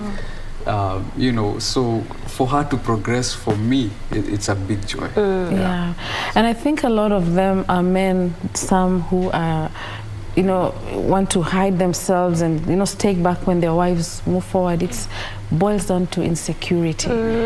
They feel insecure, and again, it's probably got to do something with their background. So they have to be they have to know themselves, who they are. The other thing is the woman who is rising up. How are you treating your husband? You know, it's much as you're climbing. Yes, much as you're climbing. Are you respecting your husband? Are you a wife when you get back home, or are you a celebrity? When you get back home, that celebrity stays out of the door, and you become a wife and a mother at home. You know, you wear that cloth when you go out. So that again, I think women have a lot to do with that as well. You know, even women who are making more money, undermining their husbands, you know, then they tend to feel insecure. Then you want to become the head, which is not the order in which God, you know, made a family to be. The husband is the head of the home. You need to respect him, regardless of how he is. You know, you need to honor him. And that's how God wants us to raise a family. But you, the wife, now you're making the money, you're a celebrity, you're doing good, and now you want call the calls in the home. So there's a clear demarcation. My director's already screaming that we are almost getting to the tail end, and I'm just realizing there's really quite a lot. It's really just starting. There's really quite quite a lot to discuss. But also, I wouldn't really want us to exit this space without talking about your personal story that also informed you to create the kind of music that you create. What is this, Esther? And perhaps also as you talk about it, Joel can also, of course, chime in into that. Yeah, if I get you correctly, you know, one of the things that the journey that I had in music, I faced a lot of challenges, and before I even wrote my first song, meeting people who were more qualified than me, and I went through racism, I went through undermining, and at some point, I actually gave up. I remember going home one time in the US and I told my husband, I'm done, I'm not gonna sing anymore. You know, I'll just do it at home, because I was somewhere in the church and I didn't, well, just a community, and I didn't love what I got. And when I reached my end, the following day when I went to my music class, God opened a door for me to produce my first song. I was chosen in the class to do my song. So I just want to encourage people that when you feel like you've reached the end of the road with God, that is when He's beginning with you. And I didn't realize that with that, God actually wanted me to spread the end time message about His coming. And that is where my other two songs, Joy Yesu, which the lyrics were downloaded to me in a dream. I woke up, you know, in the dream I had just had, you know, I'll talk about that later, but the lyrics were there, and I woke up singing this song that I had been shown with the melody with it. I just had to feel a little bit, and it was about preparing, you know, people for His coming, that the harvest is plenty, but the laborers are few. And then even the other song, Yesu Anarudi, the Amapiano one, is about just like in the days of Noah, the Bible says, so will it be in the coming of the Son of Man. When Jesus comes, people will be getting married, we'll be here, you know, probably it could be now when rapture takes place. And so the Bible tells us we need to be ready and aware. It's not fear, but we need to be conscious that whatever we are doing, we're here for a season, and an end will come and Christ will come. Are we ready? Are you prepared if it happens now? During the time of Noah, they were busy, you know, doing their own stuff, and it rained until Noah got into the ark, and the doors were locked, and it flooded, and that's when they realized, oh my goodness, we are sinking, we are dying. You know, this is it. It was too late. So I don't want that to be late for myself or anyone. That's the message that God is giving me to prepare the people. Yeah. There's also the problem with childbearing. Okay. So maybe you can talk to us a bit about that, because you're in partnership. Yeah, of course, she has her side of the story, and you have her side. We got married and waited for about 6 years before we had our first child. And before that, we went through miscarriages, maybe about three miscarriages. We'd gone to visit doctors, and you know, the doctors were negative about the fact that we would conceive. And it took a lot of faith and prayer for us to have our children, you know. And now we have 3. Wow. You know, but of course, that was a tough journey. A lot of pain, a lot of tears, a lot of prayer, and you know, especially on the side of my wife, you know, I had to be there as a support system for her emotion and I had peniners, you know, I was like a Hannah, and it's just not there in the word. I had friends who, like there's a friend who I used to pray with and agreed to have children, you know, together. And she got pregnant, and when she got pregnant, she sidelined me and, you know, undermined me. When I meet her, she'd just look at me, as in it was so real and so painful, you know, and having other people mocking you, looking at you, and, you know, so I had to go through that journey of shame. Yet you're a minister, yet you are supposed to stand there and speak the word, encourage people, and then go back home and you've got nothing to show. It was so painful. I hear you. But God is good. God is good. Yes, God is good. Yes. I mean, it's just a good place to end this conversation conversation. Quite a lot to talk about. Nonetheless, you have to cap it at this point. We appreciate it. I've been speaking to Esther Lillian, who is a gospel artist, as well as Joel Matu, who is a minister of the gospel and a businessman. Good place to end this conversation, but Good Morning Kenya continues after this break.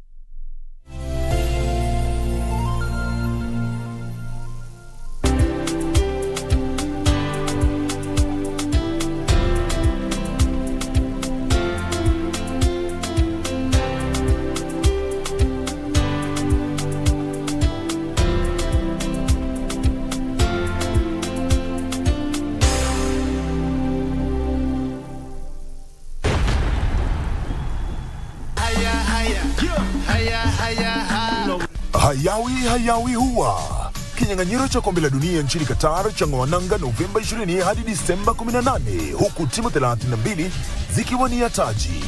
KBC Channel 1 inakupa fursa ya kutizama mbashara kipute hicho kutoka Qatar nyumbani kwako. Runinga ya KBC Channel 1 inakukaribisha kwenye kipindi cha Dunda Qatar. Nakwambia kwamba baba, alama ya reli ni Dunda Qatar. Na tunakuja nyumbani pale mtaani pale ambapo upo wewe mwenyewe. Huku ukijishindia zawadi chungu nzima. Hapa kumejaa vitu kocho. Jongea. Shabiki kwenye Dunda Qatar. Ukitazama unashinda. KBC Channel 1, wenzio wa dhati michezoni.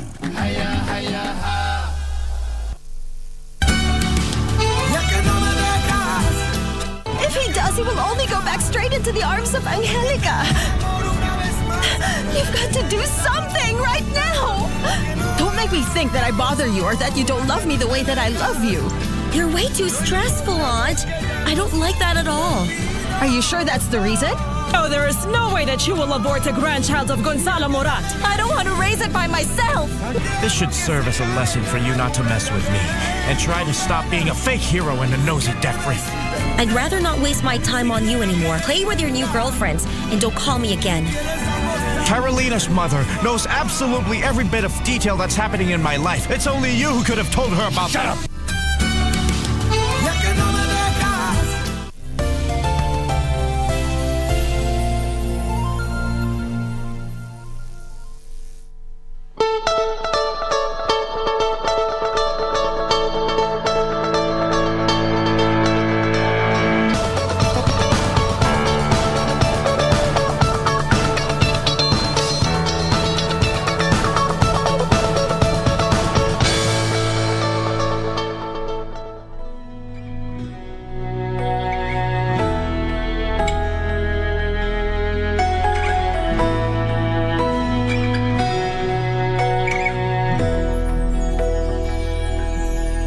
Nimekubali mwito wako e Mungu, utukufu wako niuone, uwepo wako uwe vazi langu, neno lako moyoni tu.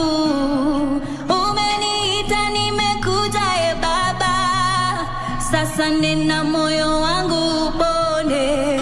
Siwezi kimya tena, mimi nitasema wewe Kristo umegharimikia. Niongoze nitakufuata, niongoze sitaondoka. Bila wewe mimi sitaweza, bila wewe sitaondoka. Nimekubali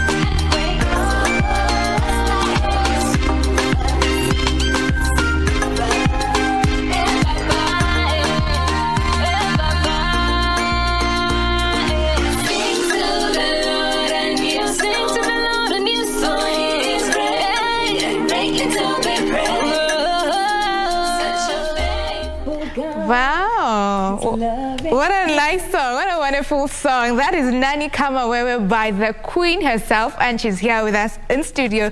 Today we are still in the gospel atmosphere with the Queen. Karibu sana the Queen. That is such a nice song. Thank you so much. Asanteni sana. I'm glad to be here. Awesome. Yeah. You know, Nani Kama Wewe is a nice title, and it has been sung over and over again, but mostly I've had it in worship. Yeah. There's a song by, is it Eunice Njeri? Yes, and yes. another by Ruth. Yeah, Omoyo. yeah. And now we have this Nani Kama Wewe. You can never go wrong with that. Who is like God? Yeah. Yes. Okay, now tell us about that song, Nani Kama Wewe. What inspired you? What's the message behind it? Yes, Nani Kama Wewe is just as the title says, who is like the Lord. And I just wanted just to praise God. You know, like he has made me, as the words say, he has made me like him, all nice and wonderful. And it's just a joyful feeling to know that I am created in the likeness and of the Lord. So just it burst into writing, and it came out. Acknowledging that he is God and there's none like him. There's none wow, like him. What a message. So how did you get to this message? Was it inspired by the Holy Spirit? Is it from your experiences? How did it come about? Well, I would say that I've really desired to write for the Lord, like gospel. I'd really desired to write authentic music, not just writing for the sake of writing. So I stayed, I think, for like a year. Waiting for that message, for that. I don't know how to explain it, but there's a way the inspiration comes, and you just start writing, and you know that this is actually of the Lord.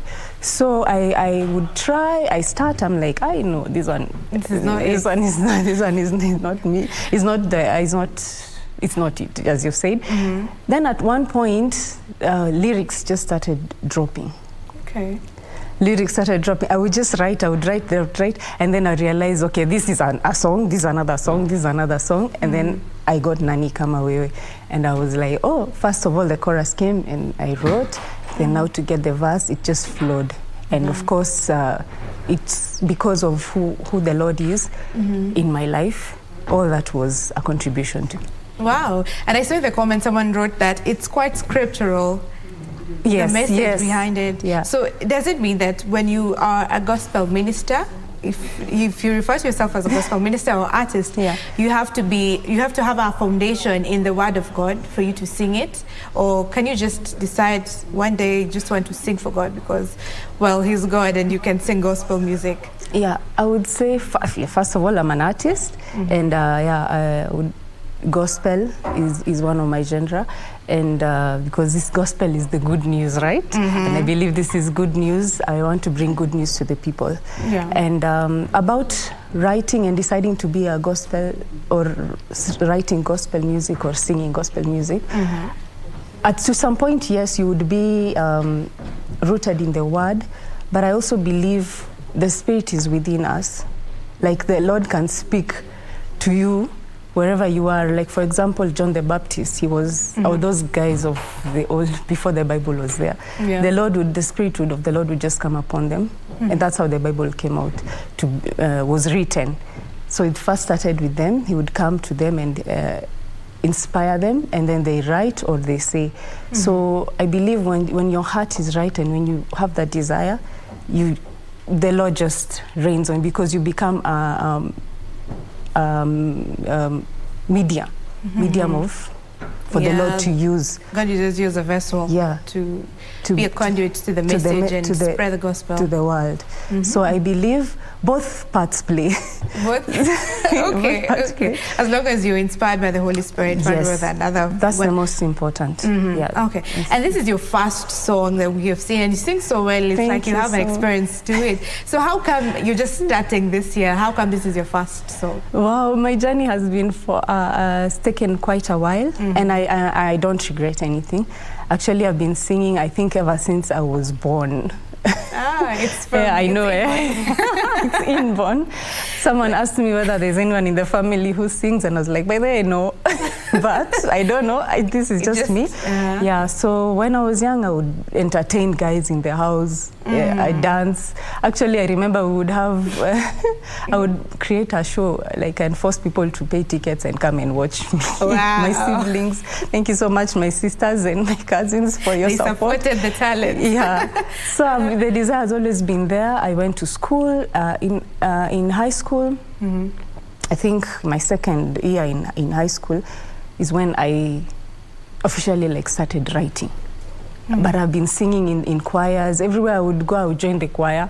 I would join the worship team. That was your zone. That's where you belong. I would just, I think I loved it, and I love to sing.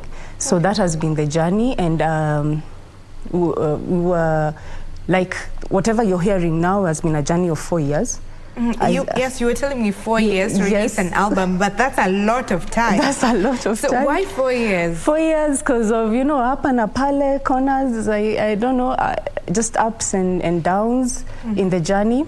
But what kept me is the faith.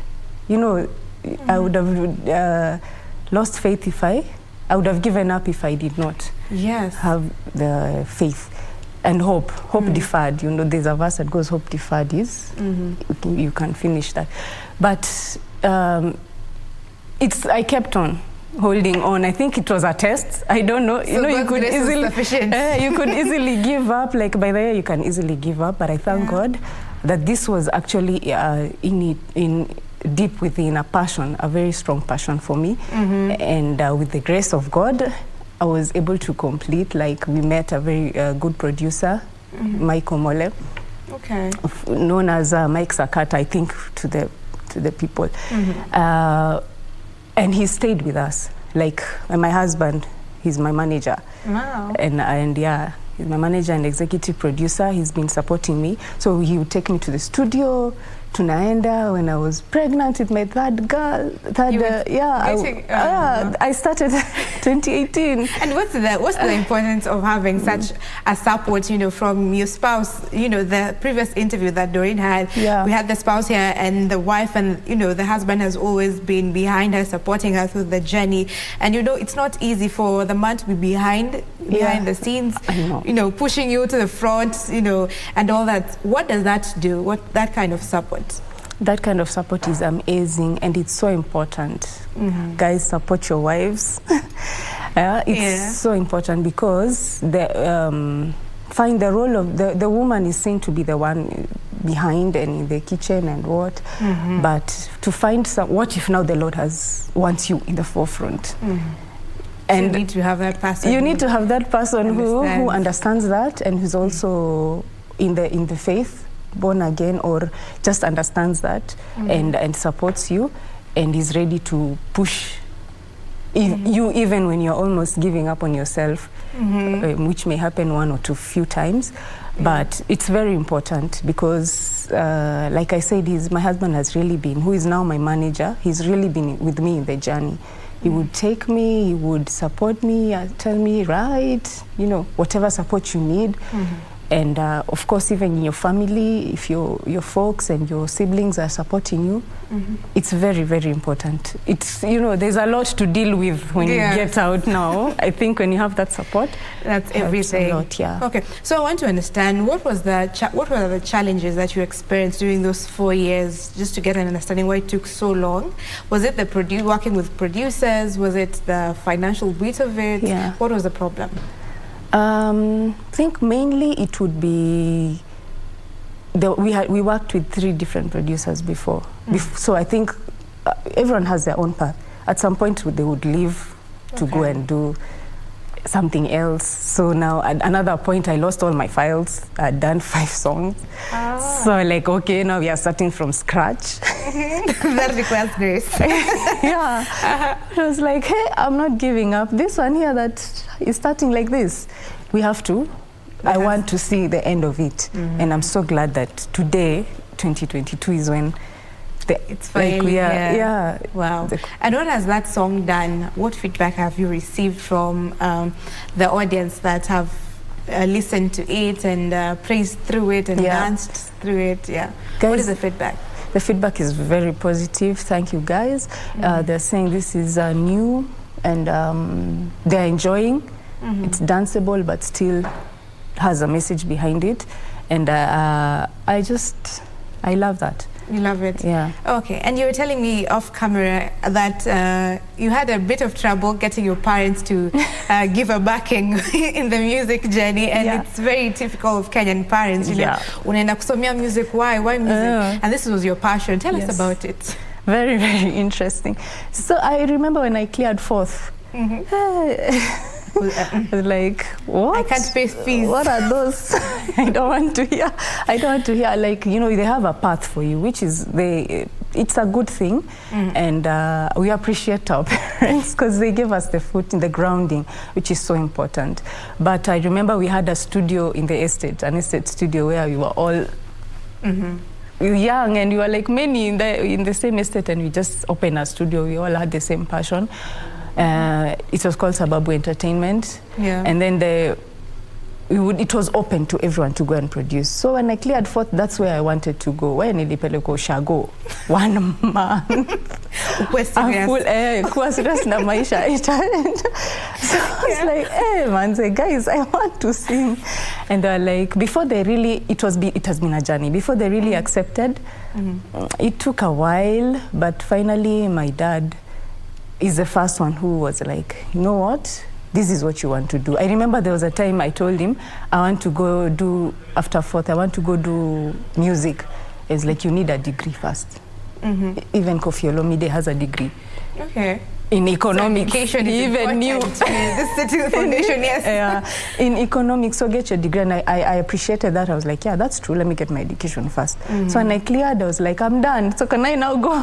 Can I now go and out to the world and do my thing? Yeah, go get a job. There's a lot of things to do before, and I was like, okay, fine. You go get a job. But by that time, he had already blessed me. He called a father, and in just a family setting, and I was surprised because I didn't expect it. Wow. Just said, please lay hands on my daughter. I was like, oh, okay, this is happening. And I was like, oh wow, thank you so much. By then I didn't know even what kind of music I was going to do, but I just knew I wanted to do music. Yeah, so I started my journey. That was your journey, and you also wanted to be a presenter. Before now, you decided that it's behind the mic, but it's music. It's music. Yeah. So I was like, I admired like what you're doing, you know, and anything entertainment, and especially TV, radio, and I was like, hey, I'm going to be a presenter. Let me go. And they would advertise. I go knocking on the doors, bring my what do they call them? I went even to wanted to host karaoke, just like go out there, anything. But then and then that's actually where I met my husband. Where? One of the interviews. Wow. I was like, oh, okay. It was part of the journey. You needed to go through that for you to get here. Kabisa, and you can see how much support he has given me. I believe all that was scripted. And it's like, well, utaenda hivi, ukuje hapa, and then you'll meet here. They say, what does the word say? There's this scripture, all things work for good. For the good. They are, that love. Are called according to his purpose. So amazing. So what do you make of the gospel industry in Kenya, and where do you want to see yourself maybe, and your music, and what impact do you want your music to have in Kenya? Yeah, I think the gospel industry has a lot of potential, and it's very ripe for harvest. Like the people are there, they want good music, they want relatable music, and I believe that's what I want to bring into the industry life. And just good times, life, and prophesy through the music, because actually the music is prophetic, and if you sing along, like you internalize, you're actually speaking life into your own life. So I want to, that's what I want to do, just to bring life and joy and do what the Lord has called me to do. Amazing, amazing. What songs should we expect from you? Because now this is the first of the many that are to come.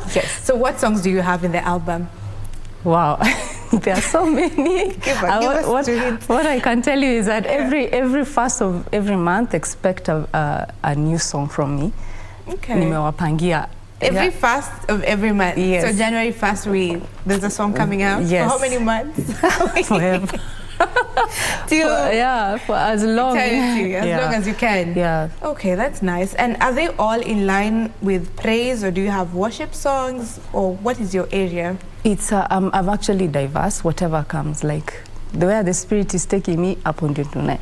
This time we are doing this kind of a song, we are doing this. Yeah. I love it because that's who I am, and I love that that's who God is. He's actually not boxed in one place. Yeah. He's big. I don't know how I can put it. Like, he's everywhere, and he's very diverse. So I love bringing out all these aspects of who God is. Okay. And who that's in essence who for me I am. All right. Yeah. So before we close this up and you give us your social handles, how are you using social media now with the digital disruption that is there? Yeah. Many people are, in the social and the digital space more than even in the traditional music, in the traditional media. In the past you relied on the music being played on TVs and everything, but now it's the YouTube reaching out to people and all that. So how are you getting into that space and ensuring that your music is just out there? Well, I love the fact that technology has helped. We embrace technology as it comes. So you better be on all the pages, like on Facebook, on YouTube. Platforms are available, and this is good, both in traditional and digital. We work together, and it helps in spreading the word further. Okay. So when we are streaming, I'm streaming on Spotify, on iTunes, Apple Music, because there are some people who are not on YouTube or never use YouTube. So you have to see how be diversified. How you can go and how can you reach them. So I've made sure that like all my music is available everywhere. Amazing. Yeah. So where can people get you now for your music? Yeah, at Facebook, on Facebook, YouTube, Twitter, and Instagram, TikTok. I'm soon releasing a TikTok challenge for us. We're waiting for it. On Nani Kama Wewe. On Nani Kama Wewe. All right. On At The Queen Music, that's At The Queen, MUZIQ. And watch out very soon for 1st of January. Okay. We'll be dropping new things. Thank you very much, Queen. 1st of January, we'll be waiting. Thank you. All right, so that has been the Queen. That is her name and official stage name. Those are your official names and stage name. Yes, that has been the Queen talking to us about her musical journey. She is in the gospel space, and I hope you have been inspired by something from that. We'll be playing her song again as we close this. Not really closing, but we are playing the song, taking a short break, and then we'll be back with more. Stay tuned.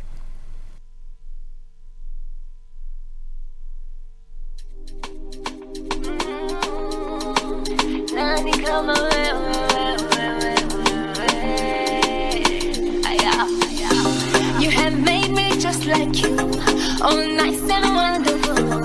Your glory dwells within me. Yeah, your spirit pure and true. Your word so powerful. In your wisdom, Lord, I prosper. And there is no other God like you in the earth. Majestic and glorified. Nani kama wewe.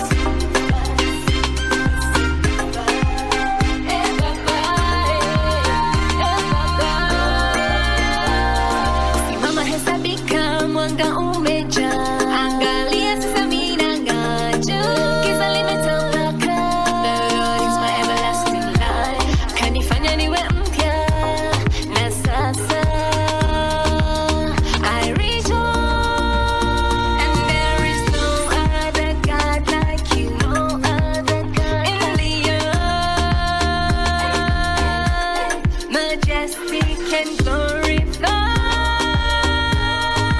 Nani kama wewe, Baba.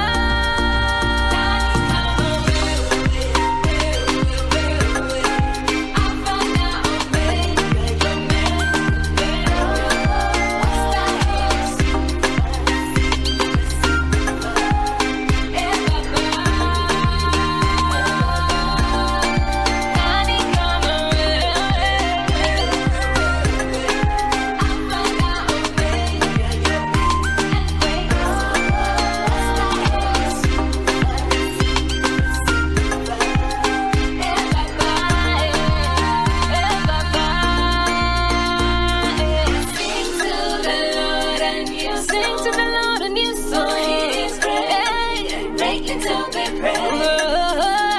Such a faithful God. His loving kindness endures forever and ever.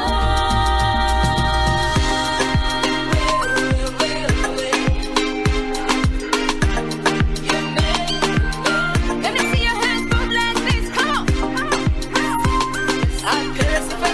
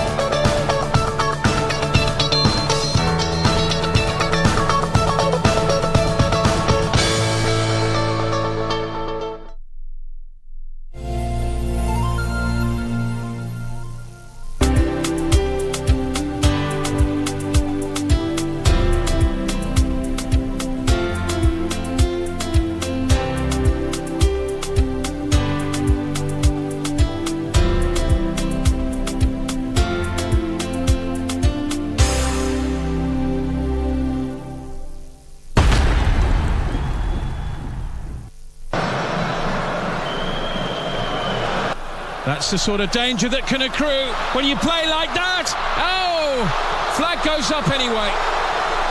Well, to pick out Gavi,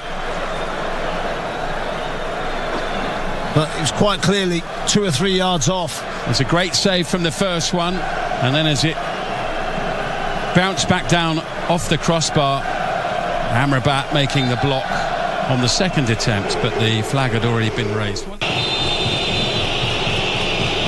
And he's got Bono to contend with in goal. So Laird goes to the same side and again he's cut off. And see whether they are in or not. Benuana, oh, it's saved as well. And 3 taken by the Spanish side. The goalkeeper is obviously the hero at the moment. This game needed a hero.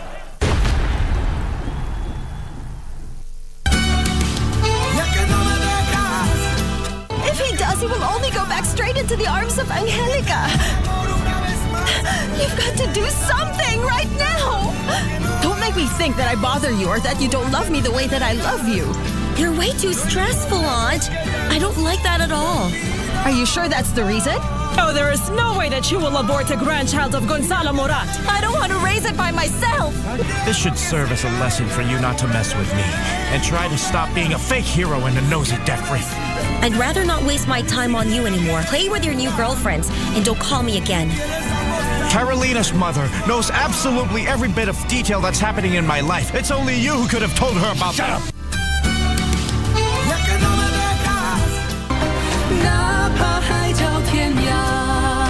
You were a dedicated reader when you were a child. You haven't changed a bit, even here in the human realm. I value his life more than my own. Those other women can't compare to me.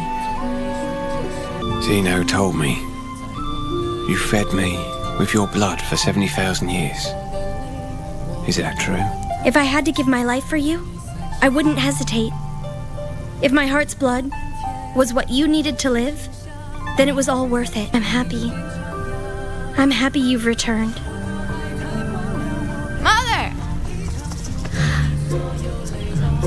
What brings you here?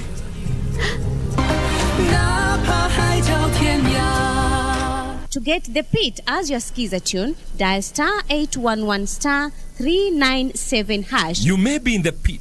You do not see how you could get out. But the good news is that you do not have to get by yourself. The Most High God is about to lift you out. He's about to turn the medical report. He's about to free you. He's about to open new doors, bringing new opportunities, new relationships. The pit is not your destination. Get ready to rise. To get the pit, dial star 811 star 397 hash. Star 811 star 397 hash. Karibuni sana, karibuni. Niwauzie? Ugali matumbo batia mimi. Ugali matumbo! Nilikuwa nataka kaomena na kadoma.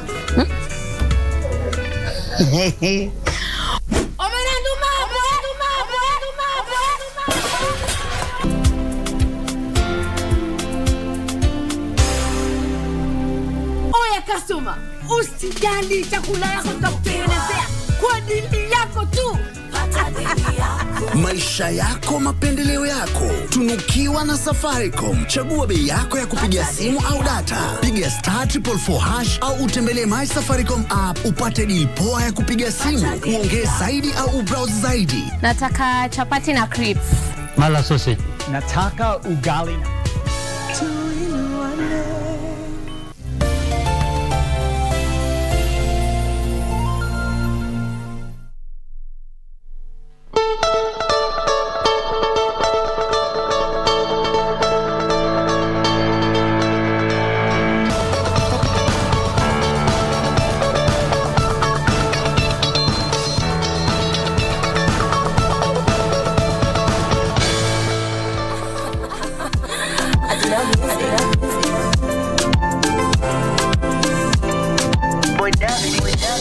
Nikitazama tulipoanzia takula ya danadana, waga nachoka yaliyotwanamba tukiwa njiani kule kukwama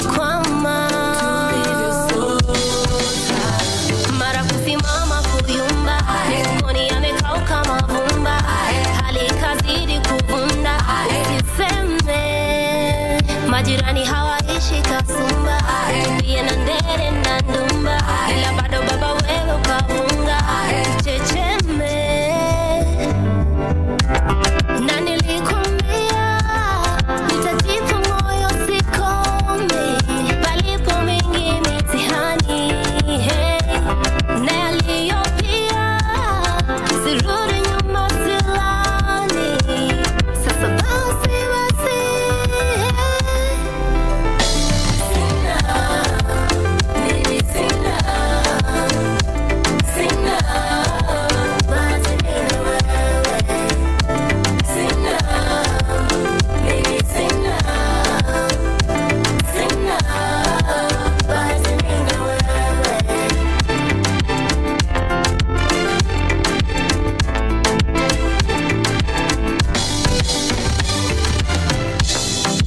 nilivumilia nikajinyima pia, mimi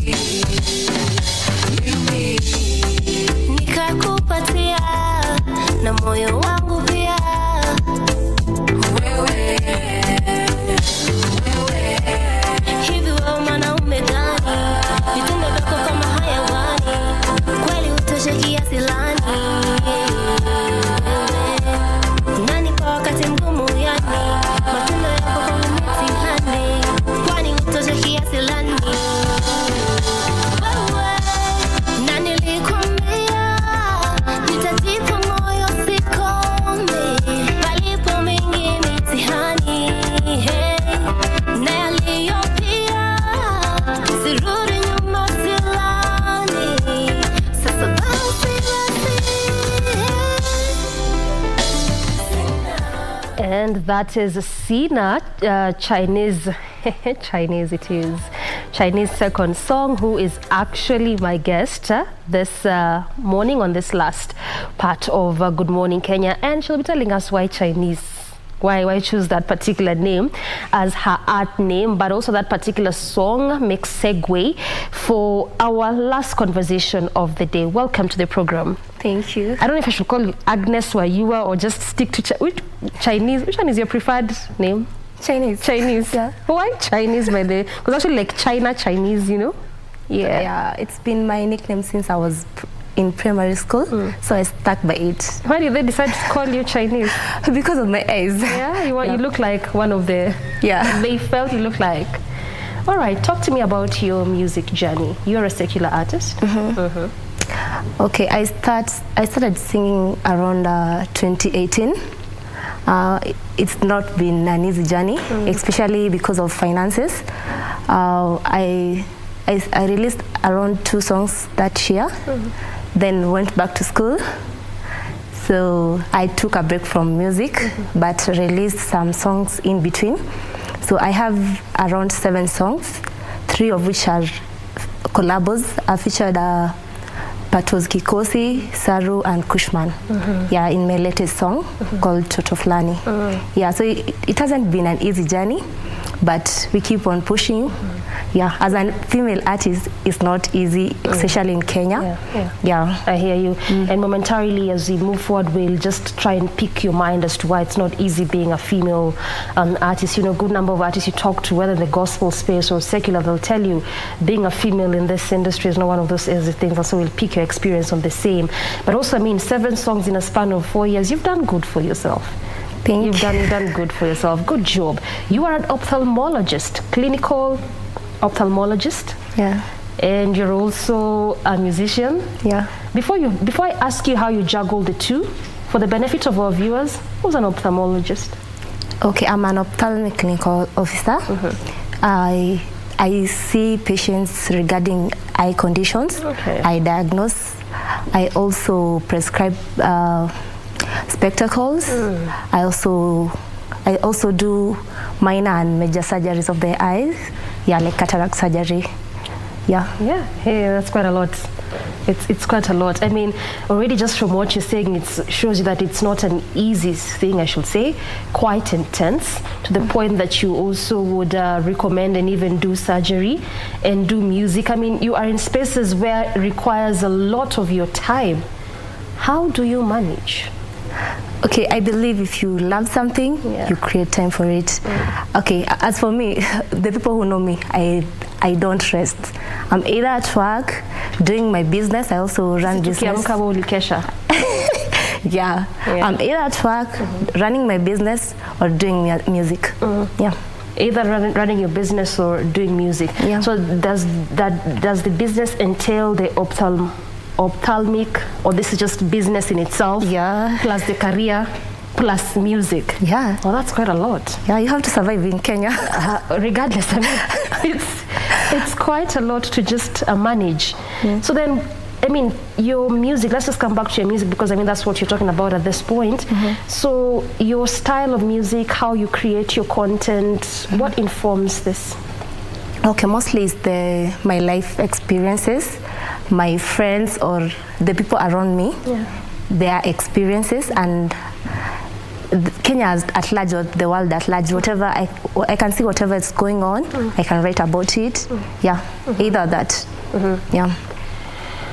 What experience is this that just informed one of your 7 songs that you actually sat and you realized, as in I went through some of those high, low, tumultuous life moments, and because of that, this is the kind of content I want to create as a result of it. Which one is this? Which project was this? Naogopa, Sina. This is your Naogopa is your last? It's my first. It was my first your single. First single. Okay. Okay. Tell us more. Oh, it was like okay. It's not been easy like in the dating scene for like everybody. So like I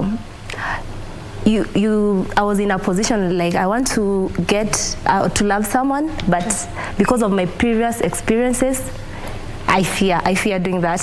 Yeah. Would you like to share? No, not exactly. Really. Yeah, right. We respect that. But ideally, just looking at what you've been through in life, this is largely what informs your content. Yeah. Is it just on matters relationship only, or this cuts across? No, it cuts across. I have other songs coming through. One is about my journey in music. It will come soon, maybe next year. Yeah, so you'll hear about it, and every song tells my story in one way or another. Every of your song tells your story. Yeah, could be your own personal experience. Yeah, or someone else. Yeah, or someone else's shared. Could be shared experience. Yeah. Well said. Toto Flani, your latest single. What is the idea? Okay, it's just that there was no like a specific thing I can say relating to it. It was just a feel-good song. Yeah, just a Toto Flani, like there's this person who's making you crazy. Yeah, it's just about that. What I'm picking is that a lot of your songs have a relationship connotation. Okay. You love love. Yeah, love runs the world. Who doesn't love love? Yeah. Because a lot of what I'm just speaking is that, it could be either a relationship or, just watching what has been around. So then is this your style, Hindo style yako? Not really. I have like Katika. Katika is just a feel-good song, a party song. Shapopo is a party song. Yeah, I hear you. Yeah, I have other songs about other things. And this your latest one, it's a collaboration. Yeah. With? Kushman. Okay. Yeah. So then how do you choose? Because even when you're beginning this conversation, talk to us about, in all your 7 songs, at least you've done collabos here and there. In the 4 years you've been in the space, you have done collabos hapa na pale. How do you choose artists that you collaborate with? What are you looking, or what do you look at? Okay, I look at the style they're doing, or their lyrics. Are they something that I can blend with my art? Because with Saru and Kushman, they're gengeton artists. And growing from the ghetto, I grew up in Kariobangi, so I relate to them a lot. It's easy working with them. Yeah. Na style yako pia yeah, it can blend because they're rappers. I'm a singer. It's easy to blend. So style yako ni gani? Yangu, Afrofusion with a pinch of zouk and R&B. Yeah. You have done so well for yourself. Congratulations. Thank you. I'm really feeling so proud of you. Yeah. It's a good job. You're not choosing that, your background to really, how should I put it? To define you. Yeah. You have really gone out of your way, and that's why I really wanted to understand how you do ophthalmology and music and business. You could have decided, let me just settle. They do, but you decided, let me go out of my way. And being a female in the industry, it's not easy. Yeah, but why is that? Yeah, why is that? It's not easy because people have this perception, especially for secular artists. Some view you as a chief, or you're easy to. Yeah, so for some people to play your music, they think that hitting on you or just asking for sexual advances so that they can play your music. Yeah. And this is a challenge you've faced for umeiona. Yeah, nimeiona. It's not easy. First hand. Yeah, so it's you to choose your standard. How did you navigate this? Okay, for me, I'm strict about what I stand for. This is me. I don't do that. For you to play my song, you have to do that. You can as well don't not play the song. You just choose your standard. At the end of the day, it's what will make you stay. What will keep you? Because the thing is, if you do that, after they'll play our songs for a while. After you'll be the talk of the town. They're not playing it. So after that, what will you do? So who's losing? Yeah, it's you. Yeah, exactly. Well said. I hear you. And let's just again come back to your music. You've talked about Naogopa, Toto Flani, which is your latest one.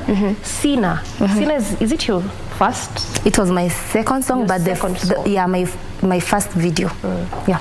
Your second song, but your first video. Yeah. Then why didn't you do your video for your first song as is? Because I know you also touched a bit on finances. Yeah. At that time, I had just started my degree in JKUAT, so it was really hard to balance because I'm paying my fees and to do the videos I had to choose one of the songs that I could do the videos. So I chose Sina and one and only me, that song. I did the videos for that. Yeah. Those were the first videos to do. Yeah. I mean, the aspect of finances never misses anytime you talk to an artist. And just as I was telling you earlier, this actually does cut across. Whether ni msanii wa gospel, a secular, really doesn't matter. It just really does cut across. Yeah. Finances is always a very big impediment for growth of artists. Yeah. Where kwako ilikuwa, yani how would I put it? How did you just come out of this, navigate through this, end up recording, or the various audios, videos, those are the songs that you have? Okay, first thing is if you love something, you have to set something aside for it. Okay. So I said for that time, I did my audios, released the videos. Yeah, that happened.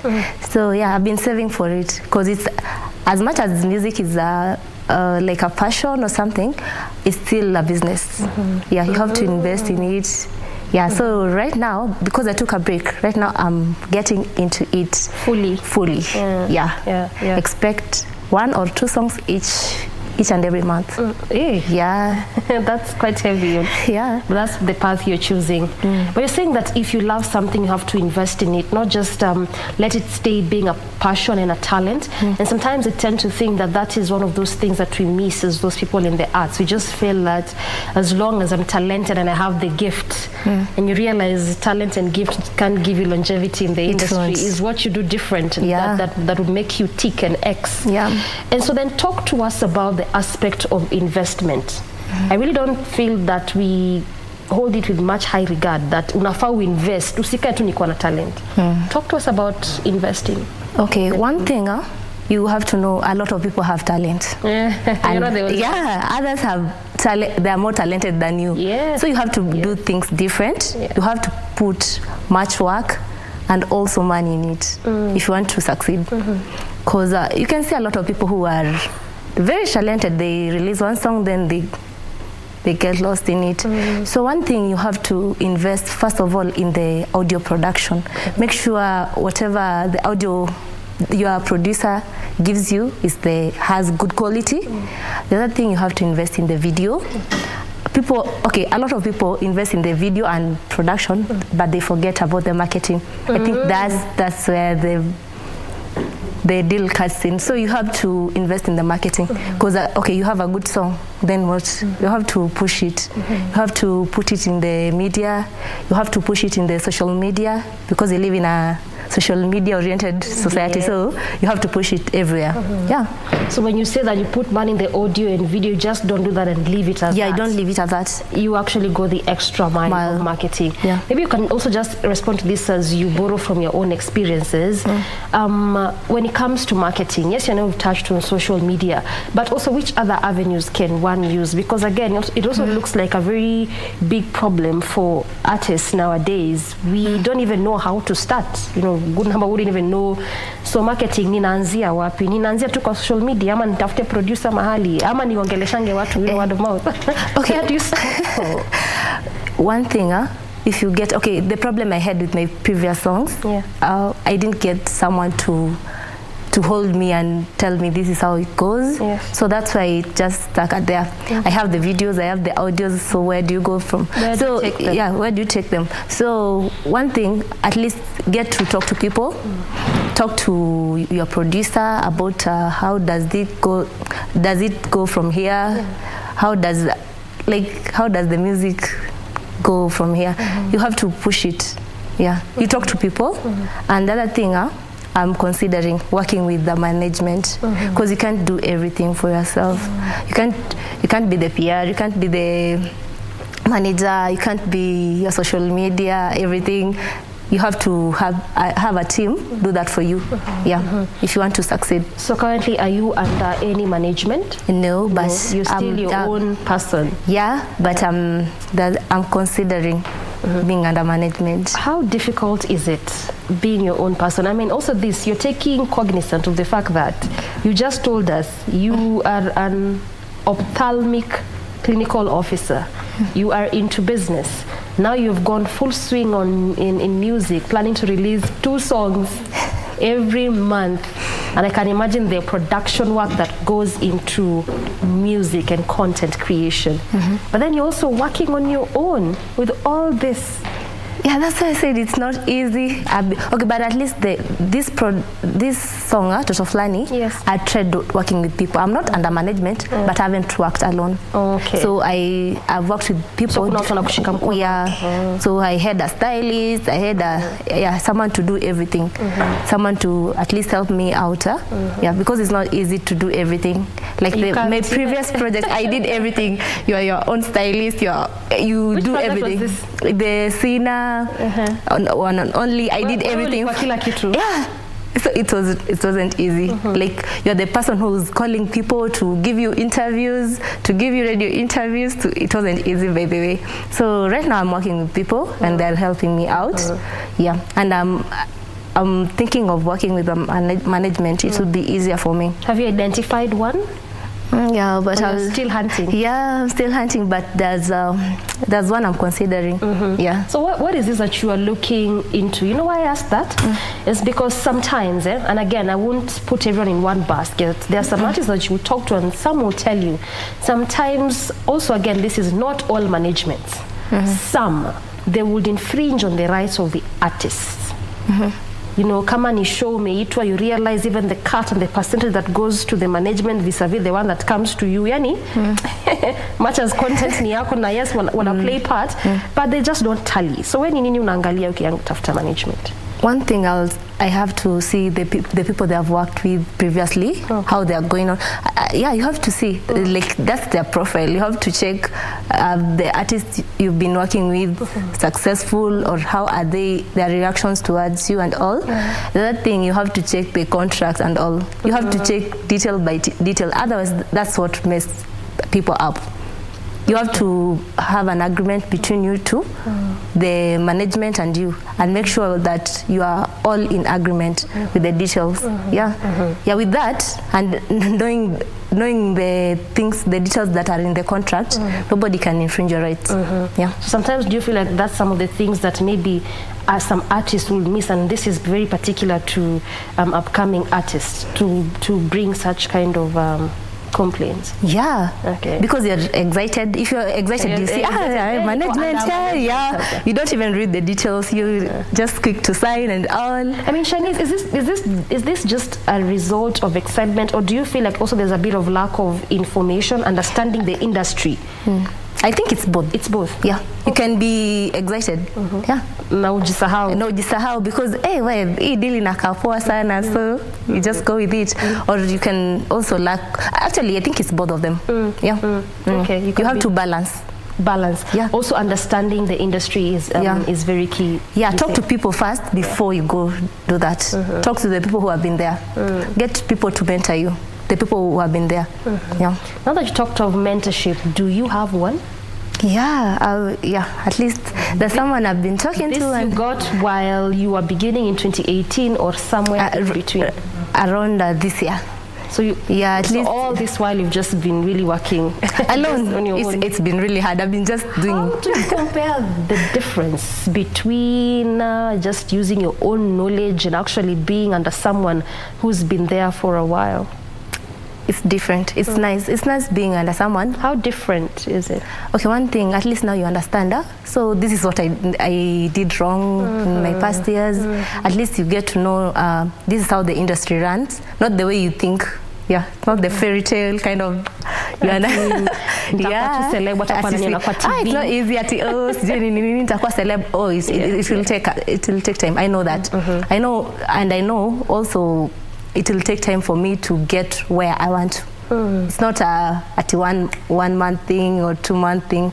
Yeah, but I'm hoping it will be soon. But I know it will take some work. You hope it will be soon, but you are aware that it could you take have to be ready time. for both. Yeah. And you appreciate that. Yeah. You know, good number of they say people in the arts, us in the arts, because this media is also art. This is in the art. They say that we are not very patient. we, especially if you are appearing in the media space, in the limelight, we always feel that I'm appearing on year 1, year 2, and year 3, I want to see my name there, somewhere there. Is it one of those things that sometimes limits the growth of those in the music industry, in the arts industry? What is your take on that? Yeah, I think it's that. Okay, like we have that fairy tale kind of mindset that because I've gotten my first interview, because I've been played, so hata next month itafika nitakuwa celeb nini. So yeah, I think that my mindset, but the thing we have to know, every good thing has to take time. I like that. Yeah. Every good thing. Yeah, nothing comes easy. Nothing good comes easy. If you want to stay, you have to be patient, take your time. Yeah. And if you want to have a long lifespan in this industry. Actually, you should be worried if it really came really fast. Yeah, because it will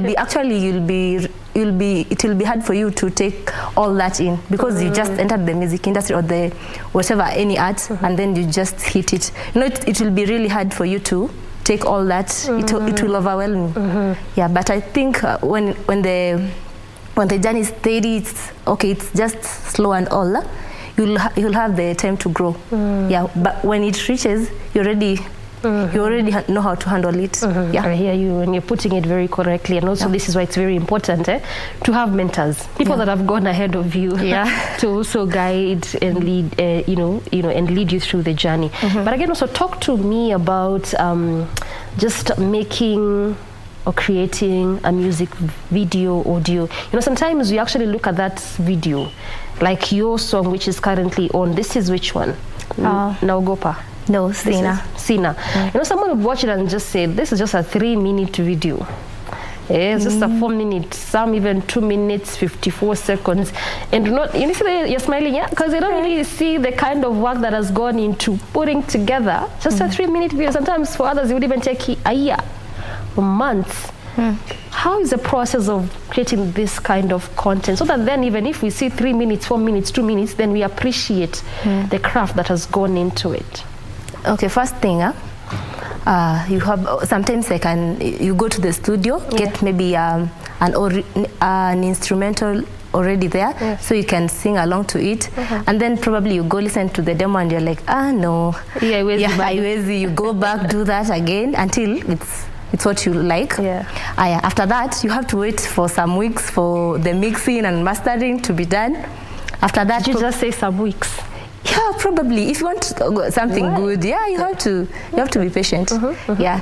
Then the video now. So this is just audio. That's audio. About. Yeah. For the video, you have to look for a location, make payment for the location, agree with the video director, make sure everything is set, pay probably the people who will be there. Yeah, if you don't have people who will be there, be your own freely. Yeah, if you're doing everything, you'll have to make sure everything does. And probably the video shooting may take almost the whole day. Yeah, for those 3 minutes. Yeah, the whole day. Then the director will pick some of it. Yeah. I mean, it's quite a lot. It's quite a lot. Especially when you talked about some weeks and then some months. All this just to have 1, 2, 3 minutes. Yeah. It's quite a lot. But again, I felt it was important for me to ask you that, so then we really appreciate the arts and the craft. It's not easy. And the music industry. What should your fans expect from you? Okay, you should expect more and much growth in my writing. And in my production, and I'm working on releasing 1 or 2 songs each month. Actually, I have already others pending, so it's just that I can't release everything for now. But every month, 1 or 2 songs. Yeah, you are overworking. I'm overworking. I'm not sleeping. You're not sleeping. Sisi tukiamka mapema, wewe ulikesha usiku. Mimi silalangi. Where can they get you on the socials as we wind down? Okay, you can get me. And also get your music. Okay. So for my pages, you can get them in TikTok, Facebook, Instagram, Twitter. My music is everywhere, like Boomplay, YouTube, TikTok, Facebook, IG, as in everywhere, even in the Amazon, iCloud. You can get the music everywhere. Wakiandika tu Chinese, watakupata. Watanipata kila mahali. Well said. Thank you so much for your time. We highly appreciate that. Thank you for hosting me. All right. Yeah. And also, again, this is a good place for me to remind you what we are following up for you. That is the Bungoma by-elections, senatorial by-elections taking place down in that particular county. Earlier on, we had our very own weekly for Ketch, who's our eyes and ears on that particular place, just telling us how the developments are.